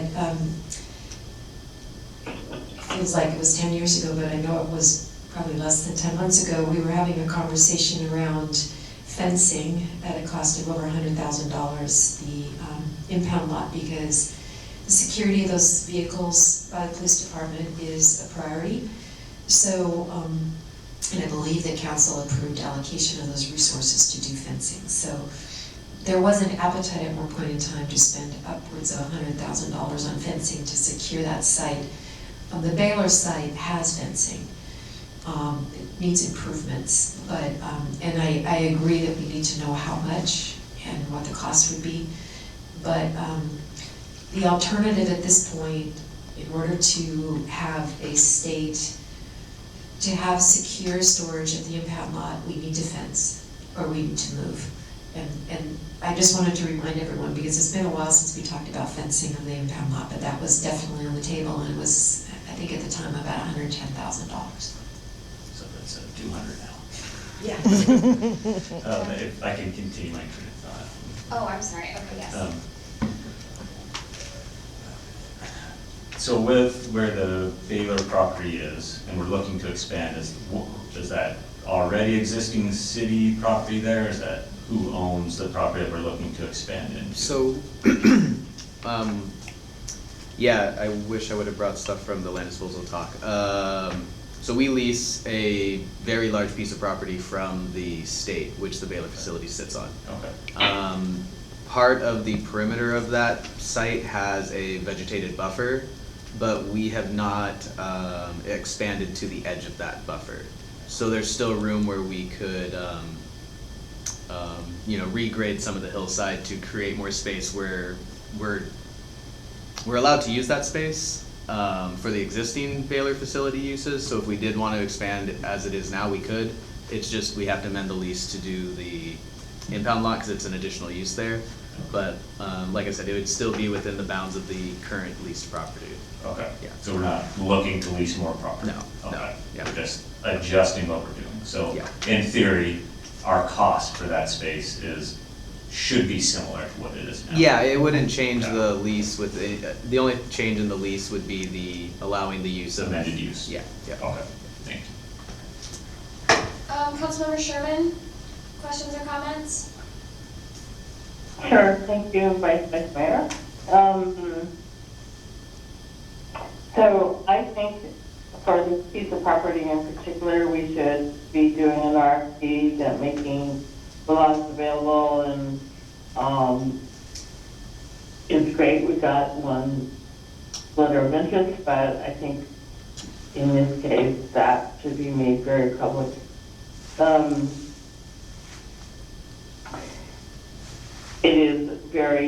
There are very few lots left on the Northville, and I think we should look at this wisely in conjunction with the Harbor Commission. I think that the Baylor has lots of room for improvements and for fencing. They have more access to funds. I think there could be more funds available for things like impound lot. that we're not utilizing at this point. So I'm in favor of leasing this lot. I would like to have kind of a little secondary plan involved for impound lots at the Baylor. And I would like to see us go out for an RFP and see if we might make a little bit more money on this one or two remaining lots on the North Hill. Those are my comments. Thank you, Councilman Sherman. Councilmember Carpenter? I wanted to ask the planner, when you talk about expanding the Baylor lot, are you talking about going out behind the building or toward the creek, or? No, it would probably be in the, well, we would need to have someone go out there and look at where it's the most appropriate place for, based on how the hillside is, but Yeah. the thoughts based on talking with Aaron and going out there and looking at it, it would be where the two dumpsters are for Yeah. like household garbage. Great, okay. On that side. Yeah, And maybe yeah. back into that So corner. part of the highway, like the town side of, if you're facing. Yeah, the line. north Okay, side of the great. lot, the Okay. north corner Thank of you. the lot. Yeah. Super. I would also offer, we could, I think if you postpone it, you postpone until a time certain. We could postpone this particular item to one of our October meetings, if that gives you more time to talk to DEC and find out what their timeline, you know, how much you can pin it down, if you can give us any more certainty at that point. Yeah. And then we could bring this back up again and, When I talked with them, they didn't have this didn't have any red flags. It was more of they just need to see the full scope of the proposal, because to amend the lease, there's one of two processes. It's either more of an administrative thing because it's not a real big change of use, and so they can just go ahead and do it. The other is if they determine it to be a substantial change of use, Yeah. and then that has to go through a public process, and that's where it would take it from like a 30-day to a 2-month, because they'd have to review it, then they'd have to do a 30-day public comment period, and then after the comment period, they would then make a decision. So until we get the official proposal into them of what we want to do, they won't be able to determine, they can't tell me whether it's going to be the administrative or the more public I was process. thinking we might Yeah. know that by October. Yeah, like I said, I'm working So- on that and trying to get that in. Yeah. At the same time, I could start trying get the process rolling of getting bids together, or getting at least contractors to look at it to see what they think it would take and what it would cost. So we could postpone this to a time certain, and that way we could respond to the Kellys and at least tell them we needed to get a little bit more information, but we're gonna put it on the agenda for, I don't know, the 1st or 2nd October meeting. And then, to respond to Councilman Baylor's concern about making sure that we have an actual plan and that DEC is gonna let us move forward with this. If that's of interest to folks. I mean, would people support that? I could amend the motion or we could withdraw it and then direct staff to. I think, Councilmember Kinson has some questions. So if you outline the process of us, okay, so we're not exclusively going with the Kelly's proposal at this time. That's not the motion that's currently, we could choose to do that, but the current motion isn't for that. So once we put it out, that's a period of time, right? Once you do it and it's published 30 days, Yeah. is that what Yeah. statute is? And then at that point, it still has to come back before us. Yes. So, and at that point, we still can decide to wait or defer. Yeah, when the proposals come back in, I mean, you can choose It's in our one ballpark. or none of them. Right. Yeah. I mean, because ultimately, just because someone's asking for the land. And at We that don't have point, to we sell it. could choose to, even though it comes up on an agenda, we can choose to push it to the next agenda, correct? So I would say, let's get the ball rolling. Okay. And then from there, we have people are coming back into town, and so I'm in support with the current motion. Thank you, Councilman Kinson. Councilmember Rainey? I think we need to move forward with this. I mean, either way, the lot is not secure as an impound lot. Something needs to change with that. It all takes time. Both processes take time, and I think the timelines line up enough that we should just move forward with this. And this lot has been talked about ad nauseum. There's some interest on the floor. Let's move forward with it and start the process. the process of the baler can be done simultaneously. It's not one dependent on the other, so I think we just need to move forward. One more comment, I just wanna make sure for the planner to move forward with the baler and working with the state and that process, I wanna make sure we don't need to direct him through a motion to do that, or if he's able to just do that. I don't know. Just do that. Yeah, no, You no, can that's just Okay. do that. Perfect, and I think that's great. Are there any other comments online? Naomi, could you repeat the motion that we're voting on? Yes, the motion is to dispose of Lot 4A, Northville Development Park, Addition Number 2, as outlined in Cordova Municipal Code 5.22.060B by requesting sealed proposals to lease or purchase the property. So option 2. Thank you. And one more comment. Yep, go ahead, Councilmember Baylor. Yeah, I guess we're headed down this path, but I know the last time this was discussed about moving up to the Baylor, the issue of oils and gas leaking out of wrecked vehicles and into that Eccles Creek watershed area was a concern, so I'll be interested to see how that will be addressed as far as containment goes and what the cost will be that. Now, I certainly understand where we're at. Currently, you have the same thing, but it is several hundred yards from the ocean, but that is kind of the watershed there for Eccles Creek comes down that blacktop. So that'll be one of the issues we'll be interested to see what DEP comes up with. So I will support the motion to go out for bid if that's what we want to do. Thanks. Proposals. Okay, thank you. Any other comments before we vote on the motion? Okay, let's do a voice vote. So all those in favor, say aye. Aye. Aye. Aye. Opposed? Okay, and it passes. So, the next, This one should be easy. the next thing that we're gonna do is item number 18, council action on disposal and method of disposal for a portion of Cordova High School. I move to dispose of a portion of Cordova High School as outlined in Cordova Municipal Code 5.22.060B by negotiate an agreement with Prince William Sound College to lease or purchase the property. I have a motion, do I have a second? I'll second that. Okay, thank you. We should probably just say lease. Yeah, Lisa. lease. Thank you. Councilmember Rainey, would you like to speak to your motion?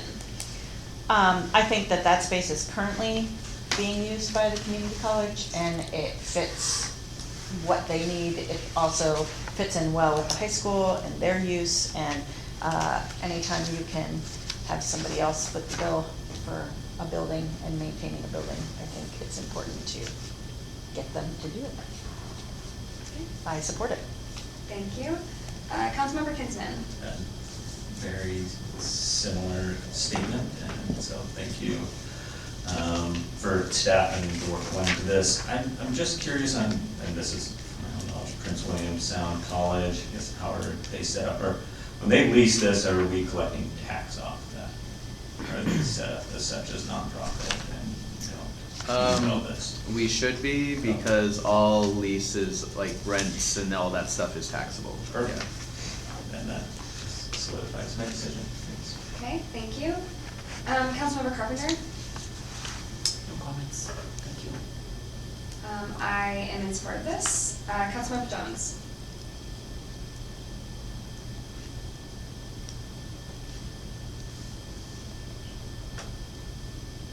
Councilmember Jones, do you have any comments or questions? Go ahead. Yeah, I support it. Okay, thank you. Councilmember Baylor, do you have any comments or questions? I support it. And Councilmember Sherman? I support it as well. Okay. Any other comments before we go to a vote? Seeing none, all those in favor, say aye. Aye. Aye. Aye. opposed? Motion passes. Okay. We will move on to item number 19, which is council direction to staff regarding the disposition of the old PWSSC building. So, Vice Mayor, I move that council should discuss the agenda item, determine potential consensus following initial discussion, and council members should make a motion that provides the staff direction on how to proceed. I guess I put staff how to, the motion I would move forward with is number 3. I would move that direct staff to prepare an invitation for still bids for the old PWSSC building, in which the winning bidder would be required to remove the building from the current location and have it relocated to private property. I second that. we have a motion and a second. Do we, okay, great. I mean, we could just discuss as well. Could have before discussed coming to a first. motion, but we can- It's okay to have that on the floor. No, that's okay. You went for it. Okay, so we have a motion and a second. Councilmember Kinsman, would you like to speak to your motion? Or should we? No, if we can get someone else to dispose of this building for us, I don't see, I mean, I think we can be, once there's some interest, we can, correct me if I'm wrong, control some of the parameters of how it's removed. But I think if someone's willing to pay for that, and then it will be used, and I think if we can maybe also put in some stipulations on how it's used, so it doesn't end up in the water somewhere, you know, it's responsibly disposed of and responsibly used, then all in favor for it, absolutely. Okay, thank you. Councilmember Rainey, you seconded? I just think that we need to move towards that bid. If we don't receive any bids at that time, we can discuss the next step, which would obviously be to winterize it so that it's not damaged and move forward with that. But I'd really like to see, especially in the move forward with the harbor, that we start with putting it out there to get rid of the building. Okay, thank you. Okay, Councilmember Sherman, do you have any questions or comments? And for those online, the city planner is still here to answer questions.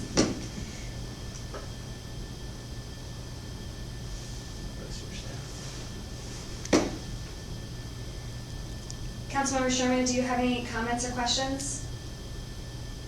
I do, and I'm in agreement that I think we should opt for, and I don't have the full agenda in front of me, I apologize, but for putting it out for RFP for sale and letting the buyer dispose of the property and demo the property. Thank you, Councilman Sherman. Councilmember Jones, do you have any comments, questions on the motion? I think I'm gonna abstain from this one in case I decide to bid. Okay. Okay, sounds good, thank you. I'm up next. I've got a few questions. Namely, is the structure solid enough, structurally sound enough, that it can be moved without collapsing? So, yeah, when Duncan had the facilities assessment done, we didn't ask them to look at the condition of the building, but we did ask them to determine if it is able to be moved, and they did say that it could be moved. It can be moved? Yeah. Okay. And then my other question is, in the meantime, you know, we just went through what the process was for RFP, doing agreements. It was, I can't remember now, 2 to 6 months. We talked about on a different thing. Do we need to think about winterizing or securing the building in the meantime anyway? Yeah, we're going to do that anyway. I guess if that was just chosen, then that would let us know that that's the long-term option. But yeah, we will be shutting off the water and sewer. And then we'll have to decide if we're gonna disconnect the electricity or not, and then we'll do some sort of minimal patch on the roof and, just the bare minimum needed to just leave it as is. So that will happen, okay, in the meantime? Yep. Okay. Yep. And then, my other question is, in the meantime, you know, we just went through what the process was for RFP, doing agreements. It was, I can't remember now, 2 to 6 months. We talked about on a different thing. Do we need to think about winterizing or securing the building in the meantime anyway? Yeah. Okay, I guess those are my questions. Just a second, we'll get through the list and I'll come back around to you. Can I just say something, Ms. Yes. Vice Mayor? I guess if Councilmember Jones was declaring a conflict, we should rule on the conflict. And then Okay. council could vote if they didn't agree with, if you want to call it a conflict or not. I guess, is it a substantial financial conflict for him to, on a bid? I mean, others could bid, it's one of those that's up in the air, I'm not sure. Okay, so regarding Councilmember Jones's declaration of, or abstaining due to conflict of interest, does anyone have a comment on that one way or the other? Or should we vote to agree? I can appreciate where he's coming from, just from public sentiment, if it's showing that he's voting in favor to do this, and public says, well, not saying this is how, we know how the process actually happens, but the appearance of he is going in and voting for things he wants to purchase, and I don't know what the precedence is, I don't know how normally this is voted on. If it's normally not a conflict, then, I mean, I want to be consistent with that, but I can appreciate where I think he's coming from based off other conversations we've had. I guess my thought would be that as council members, we all vote on the land disposal maps every year, and we can all put in a proposal or a letter of interest, and, and we're voting on that, and we're voting to change them and whatnot, so I guess I don't see it as a conflict myself. I agree, I don't see it as a conflict. I can either at this point. Not at this point in the process. Anyone else online want to comment? This has been a long-standing plan to remove this building at some point, so I don't think anybody's gonna have a heartache over it. Okay, so should we, or any other comments? So, we're gonna vote on conflict. whether it's a conflict of interest or not. So if you do think it's a conflict, that would be a yes. If you don't, no. So those who agree with the conflict of interest, say aye. Those who don't think it's a conflict, aye. Aye. Aye. Okay, so it's not determined to be a conflict. Councilmember Jones. On the record. Okay, thank you for getting that straightened out. Councilmember Carpenter, to the main motion of, it's to prepare sealed bids for the old Science Center building.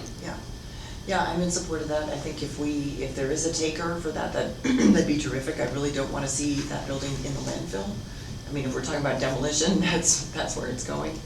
I would say, I was also thinking about, could we invite letters of interest for people, if folks are interested in dismantling the building or taking parts of it, like if somebody was interested in the siding, if someone was interested in saying, I wanna dismantle it for the dimensional lumber, because lumber is expensive these days. I don't know, I mean, I just thought there might be other options besides swinging a wrecking ball through the whole thing, or maybe there's salvageable parts and then you swing the wrecking ball, or however it could work. But if we don't get any takers for the entire building, I would like to look at options for how could we take proposals or work with contractors to dismantle and salvage what might be of value.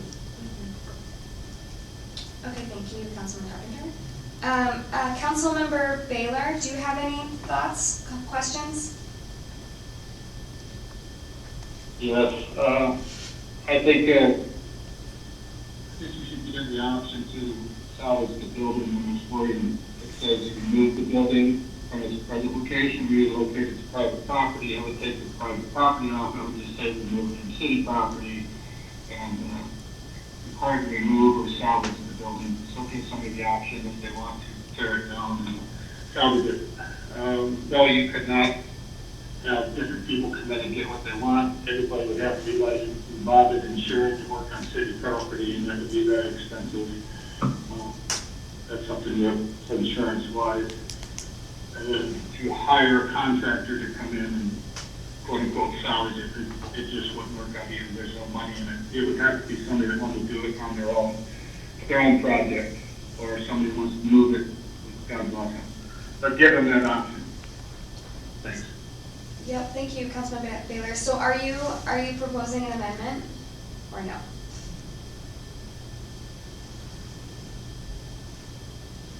Well, it's just wording, staff can put that in there. Our whole plan is to put this out for bid, for available. I'm just saying, make it so if somebody did want to come in and salvage it, they could. The way it reads now, you have to remove it, so I'm not sure that's our intent. Relocate off of city property. Well, That's what I want to see happen. basically the same thing. I don't think I putting mean, the I word salvage guess in one who there, made I the just motion, think so that's what I would like. Okay. Yeah, I mean, he'll massage the word Really in. not, Okay. really not the same thing. Removing it and salvage is two different things. Salvaging would mean you tear it down in its place and reuse the parts and pieces, moving it. So you're talking two different things. I can vague up the language, if that's Well, what we'd like. required to remove the building from its current location and have it relocated to private property, or make a bid for salvage operation or something. If he's saying those are two different things, Well, but I think he's just meaning off of city land. yeah, bottom line is it needs to go, what happens with it? Then they once can it's do gone, the they can- salvage part. They can salvage it. Yeah. I guess I don't want to see someone come in under that clause and pick and choose what they want off of it, and then we're still left with the mess that we have to clean up afterwards. And that's how I feel this salvage could be interpreted as. And I would rather see, if you want to salvage it, move it to private property, and if you want to have your buddies come out and you sell, or you put it on Facebook, or you put it on wherever you choose to put it on, and charge a pick and pull, then you do whatever that looks like legally through the city with the business, and we're getting the tax dollars out of it, and that's great, do that then, but it's out of the harbor. Well, whoever does it, that will have to be bonded, so you'll have they're not gonna pay basically insurance money if they don't follow through and complete the job, a legal mess, then you keep the bond. Right. You're not gonna just let Joe below the carpenter come in there and start tearing this thing apart. Yeah, I mean, I can make it clear that however you remove it, all of it has to be removed. You know, I can make that clear. Councilmember Jones, would you like to speak to the motion? No, I mean, I support it. Likelihood of me being interested is low, I just wanted to reserve the right to go and look at it, I guess, and maybe submit a bid, so thanks for ruling on that. No, I appreciate your caution. Another comment is maybe you could put a minimum bid of $10 on this. Is that an amendment now, Tom? Okay, any other discussion before we move to a vote? Vice Chair Schaefer, could I interject one question that I have? Absolutely, go ahead, Mayor Allison. It's probably for Kevin or Helen, but did the value of tearing it down have anything to do with our PILT grant, and does this diminish our match at all if we were to get this PILT grant or maybe a future one? Yeah, so it would be highly beneficial if we could have someone else remove this, because then that's less money that we have to ask for in the grant, which then whatever match we put in just increases that percentage. Okay, thank you. Great question. Okay, any other discussion? You ready for a vote? We're gonna do a voice vote. So, all those in favor, yeah, Vice Mayor Schaefer, may we repeat the motion again, please? we'll repeat it. Yes, so the motion on the table is I move to direct staff to prepare an invitation for sealed bids for the old PWSSC building, in which the winning bidder would be required to remove the building from its current location and have it relocated to private property. Thank you. So, all those in favor of the motion, say aye. Aye. Aye. Opposed? Okay, motion passes. That brings us to the pending agenda, CIP list, calendar, elected and appointed officials list. Anything for pending agenda? Councilmember Carpenter? Just wanted to ask about a topic, and I don't know how others feel about this, and if it would be worth putting on as an agenda item. And it's too late to do anything about it for this season, but I do see a lot of RVs around town. There's a lot of sport fishermen and people who brought RVs over, and they're just kind of parking willy-nilly in different places. I don't know if any of them are actually parking at the camper, with the Odiak Camper Park. And I know we charge for folks to park at the Odiak Camper Park, and we don't charge when they're not parked there. And I just wondered if it would be worth pursuing, because they are using our services, and I don't know if, I assume that they're paying to use the dump station when they need to. But I just feel like they're benefiting, and even if they don't park there at the camper park, do we want to consider charging them? Because they're here using our resources, they're visitors, so that's a question.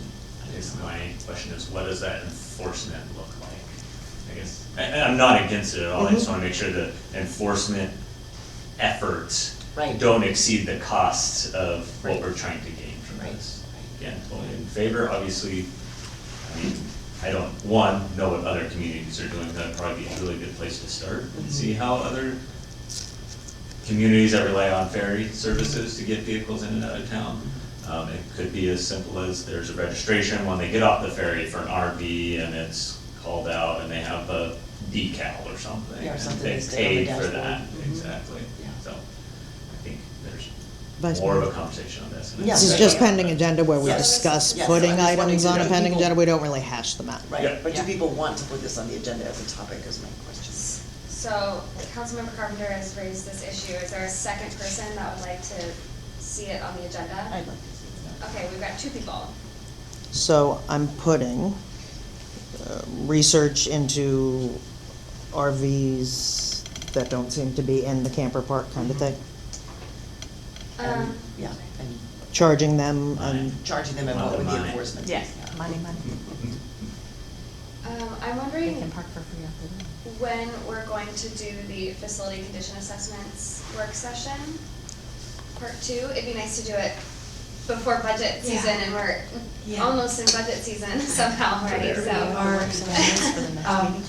Yeah. It's on, I'm guessing it's gonna be the second meeting in October. Okay, And also, we have a sales tax code revision discussion that will be happening, I think. the September next- 20th, yeah. September 20th So that's what the meeting. work session is, on the 20th? Yeah. Because I won't be here, it'll be, but I think I can call in. okay. And, 6 PM, and the attorneys will either be Good. here or we may have Zoom happening by then. Yeah.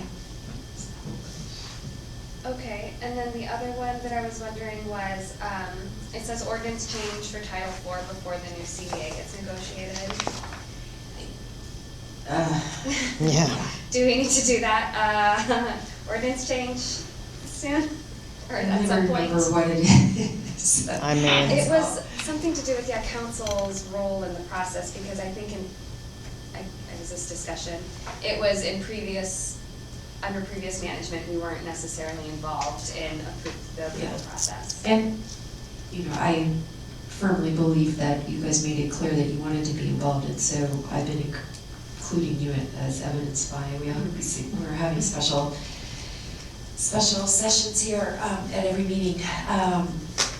So we can change the ordinance, but in the meantime, practice has been changed. Yes, okay, thank you. So can I remove that from the agenda, from the pending agenda? I mean, I think it'd be good to do it because we're not always gonna have Helen as our city I manager. know. Yes. Vice Mayor Schaefer. Yes, Councilmember Sherman. Thank you. I would like to amend that to just read Title 4B, readdressed, adopted, amended, updated. That is a code that has been neglected for many, many years in the city, and it needs to be addressed. I don't think it's anything that has to happen this year, but I'd like to see it on the pending agenda because it's a code that addresses all personnel issues and has been ignored for many, many years. So, and just, I agree, just updating or an ordinance change to Title 4 to updating Correct. the language, I okay? think Helen has done a wonderful job of addressing the CBA notices with us, with the union. That's not even discussed, that's not something we have to discuss.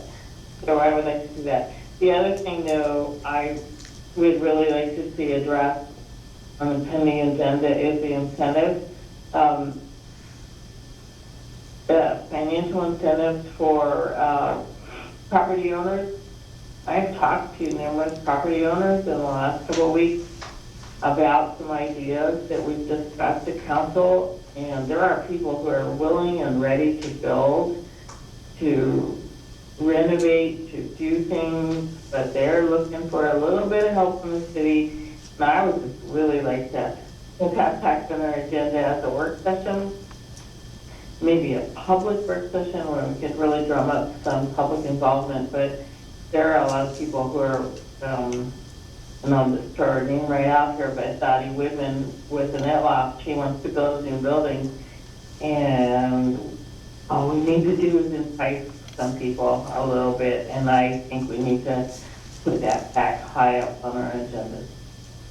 So, building incentives, Well, it's there. Housing. It's number 4. incentives, got it. Yeah, it's on there.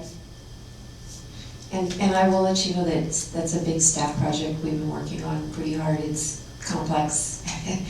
But Kevin has done quite a bit of work. I'm not sure when you think you'd be ready to continue that conversation, but. Anytime, I can give, I have a bunch of stuff just not put together. Well, I understand that, Helen, too. I just want to say that I think the community is really anxious, and I think we could make some good progress if we attack that sooner rather than later. Is that something we can discuss, or Kevin, you could have ready in October? Oh, yeah, easily, yeah. Okay. I don't see currently, we have a work session in October, so that might be, What, are those not gonna be budget work sessions in October? I think there will be. Yeah.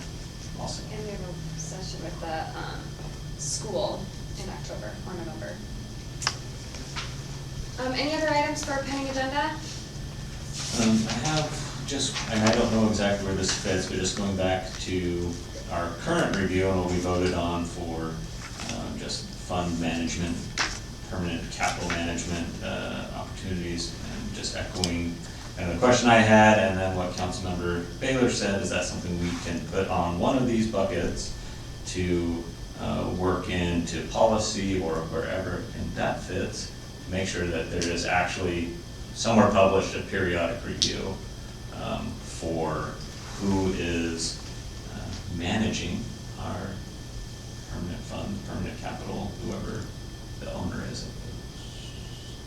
It's super convoluted, I know, and I want to make sure that is potentially in there, and I just want to see if anyone else would support putting that in there, so there's not any guesswork. And depending, whenever, we already established Helen's not going to be here forever, so. Would anyone else like to see, on the pending agenda, some sort of policy for reviewing our investment options All contracts? or contracts? Yeah, I would. Okay, we've got 2. What is the best way to do that, though? Policy or code? To make it be permanent? Well, And then how strict are you? And then what if you miss a I will deadline? say that I mean, the it's contract very- that we have now with the investment advisor requires them to do it in person once a year. That's your opportunity to evaluate and decide how to proceed. Contract duration is also another way of limiting that. Instead of it being open-ended, every 2 years renew, that contract renewal is that opportunity. Right. So it could be policy, it could, I wouldn't say code. I think that would complicate things, but I do think that there are mechanisms that could allow that review to happen naturally through a contract process and possibly through just y'all giving direction. Thou shalt do this, city And but I need manager. reminders on what I need to do, so if that's what brings it forward, that's what I'd like to see. Yeah. Okay, anything else on pending Right, agenda? it's that, please. I'm sorry, go ahead online. Yeah, this is Tom.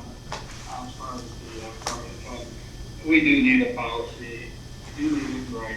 We've been talking about this. Can you speak into the microphone, Tom? And there will. Can you hear me now? Much better. Okay, sorry. So this has been going on for a while. Like I said, we've had a couple city managers that basically refused to bring up the, looking into this issue. We've had people on council that didn't understand it, didn't want to mess with it. So we do need something in writing. And we really should be taking a look at our investment policies anyway, and what we invested in, what we restrict them to invest in, and bringing their knowledge into it, not us making that decision, and then we could wrap it up into that investment policy, just basically saying that this needs to come up for review every 3 years or whatever we choose. There was a span of 10 years where we averaged 3% return, when you could easily average 7% average on the market. So we haven't been served well, and we haven't had interaction with them. And like I said, we haven't had people on council or city managers that really wanted to proceed with this. So I'm thankful for Helen getting this done, but we do need something in writing. So we'll add this to the pending agenda. And discuss it at a future meeting. Any other for pending agenda? Okay, we are at audience participation. We've had one member of the public hanging in here the whole meeting. Do you have any comments? Oh, no, thanks. I just thought I didn't want to participate. Thanks for coming. Thanks, guys, for your work. So now we'll move on to council comments. Councilmember Kinsman, you get to go first. Thank you. I think we covered a lot tonight, so thank you. I appreciate everyone's dialogue back and forth. I learn a lot in these meetings, so thank you. And hopefully, we can continue with those dialogues, even, agree or disagree, but I think I appreciate everyone's respect and decorum, so thank you for that. Thank you, staff, for outlining a lot of the items here. That just makes, even though this was a longer meeting, that makes it a less long meeting, so thank you for that. And I'm good. Thank you. Okay, Councilmember Baylor, comments? Good, after those comments, and actually do have a question. On the 20th, we have a council work session at 6 o'clock. Somebody tell me what that's for. And thanks for everybody being there. Thanks, Tom. It's the work session with the city attorneys. We're addressing sales tax and actually property tax too. Code changes to those. Okay, thank you. Okay, thanks, Tom. Councilmember Jones, council comments?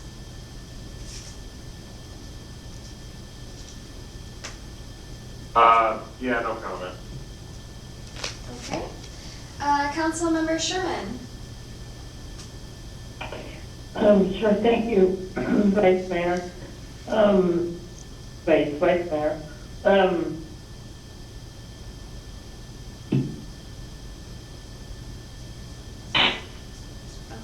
We lost you. we're gonna move on to Councilmember Rainey. I just appreciate everybody's I'm work. sorry. Oh, go ahead. Go ahead, Councilmember Sherman, we lost you. I'm sorry. So I just wanted to say I really appreciated the financial reports, and as a former city employee, I look at those like I did at my own department, and I know where everybody is, and I am appreciative that everybody's staying under or just slightly within the where they should be at this point in time. And I think that's really commendable for the city employees. And then also, I just wanted to comment that I really appreciate everything everybody's doing with the South Harbor renos. And I know it's difficult, but I'm not hearing many complaints. I'm hearing more kudos than I am complaints. So I think that's a pretty good thing. So, thank you. Thank you. Councilmember Rainey? I just appreciate all the work, the background work that goes into the motions. That's very helpful when moving forward with questions, and the background into the packets. I appreciate it as a new council person. I'm looking forward to training in December, and hopefully things will make a little more sense as we move forward. Councilmember Carpenter? Thanks. I wanted to say thank you to Kara Rodriguez and Sammy and Stormy and Natasha for all expressing interest in serving on a city board or commission, because as we talked about earlier, sometimes we hear crickets when we put out a call for applicants, so it's great that people have stepped forward. That's what makes our systems work, so thanks for doing that. And I also wanted to just, I forgot, I guess, to mention this during, I don't know, maybe the manager's report, but, or ask about bear safety. You know, we've got another month, I think, or maybe a little bit more before they start to go den up and find a place to sleep for the winter, so there's still bear activity, and I hope people will keep in mind putting out their trash the morning of trash pickup and not the night before. I have been known to put sticky notes on my neighbor's trash cans, just asking them to please not help a good bear go bad. And I don't know if there's anything city staff can do to put more of the rods on some of the dumpsters. I think it's the Heaney trailer court that's got a real problem with one of the dumpsters always getting, I know the lids are heavy, but they can still open the lid, but I think the deal is if there can be a rod welded on, then it can be secured, closed, and so if it's possible to get one of those dumpsters in the trailer court, I think that would really help. Apparently Sandy Punty doesn't get much sleep because there's a dumpster right next to her trailer, and it's always getting climbed into or whatever. So I'm just asking people, like I said, we've got one more month, we've seen some bears around town, and I know there's some hazing activity so far. I haven't heard any reports of ones getting shot, and I hope they make it through the season and that we can all make it without incident. So thanks, people, for being bear aware. Okay, great, thank you. I will echo those comments, and I also want to say thank you to everyone who threw their name in the hats for the commissions and committees. We had 4 excellent people from which to choose, so we were in a hard position, but a good one. And I'd also like to thank all staff for all their work that goes into the packets, and I'd like to thank Kevin for sticking it out, all of those different items that we had tonight. So, and thanks everyone for bearing with me. Mayor Allison, are you still online? Do you have any closing comment? Yeah, I guess I would just go back to our commissions and the advisory committees. I think that I've served on several myself, and those commissions and committees don't ever limit conversation by public, and of course all of our meetings we encourage people to comment and comments. Council's a little more formal with specific time to make their comments, but in the commissions and the advisory committees, it's pretty wide open. And I appreciate, once again, everybody putting their name in, and I was encouraging them to continue participating as they have in the past, and feel welcome to join in. I did appreciate the conversation about possibly increasing the number. You know, there's not very many votes in those advisory committees, as the clerk pointed out, but if there is one, then changing it from 6 to 7 members, if that's what it is now, and I don't know off the top of my head that there's 6, I guess. I didn't read the packet that good, but changing from 6 to 7 doesn't change the quorum at all. Going from an even number to an odd number doesn't. You know, it still takes 4 per quorum if you had 6, and it takes 4 per quorum if you had 7. So I think that that's something that I will look into in this next month. I don't think I'll get it done by next Wednesday, but I'm going to look into that and might make some recommendations and get it on the agenda to make a few changes and add, because when we've got people interested in serving and participating, I certainly don't want to discourage that. I would like to include as many from the community as we can. So thanks, staff, for all the work they've done, and thank you once again, Vice Chair, for taking over the meeting and running it. Thank you. Okay, and we do have an executive session tonight. Oh, do we? No, we don't. have an It's not, executive session tonight. sorry, we should have told you that. The negotiations are on a pause, and so there's nothing to report, and We put it as a placeholder. Oh, got it. Great. Okay, we don't have an executive Oh, session great. tonight. So I Boy. would entertain a motion. It's like dessert to we gave you. adjourn. I motion to adjourn, Vice Chair. Vice Chair. Do I have a second? Always. All those in favor? Okay. Aye. Okay. Do we We're- need a second? I don't think we No. do. I don't know how anything.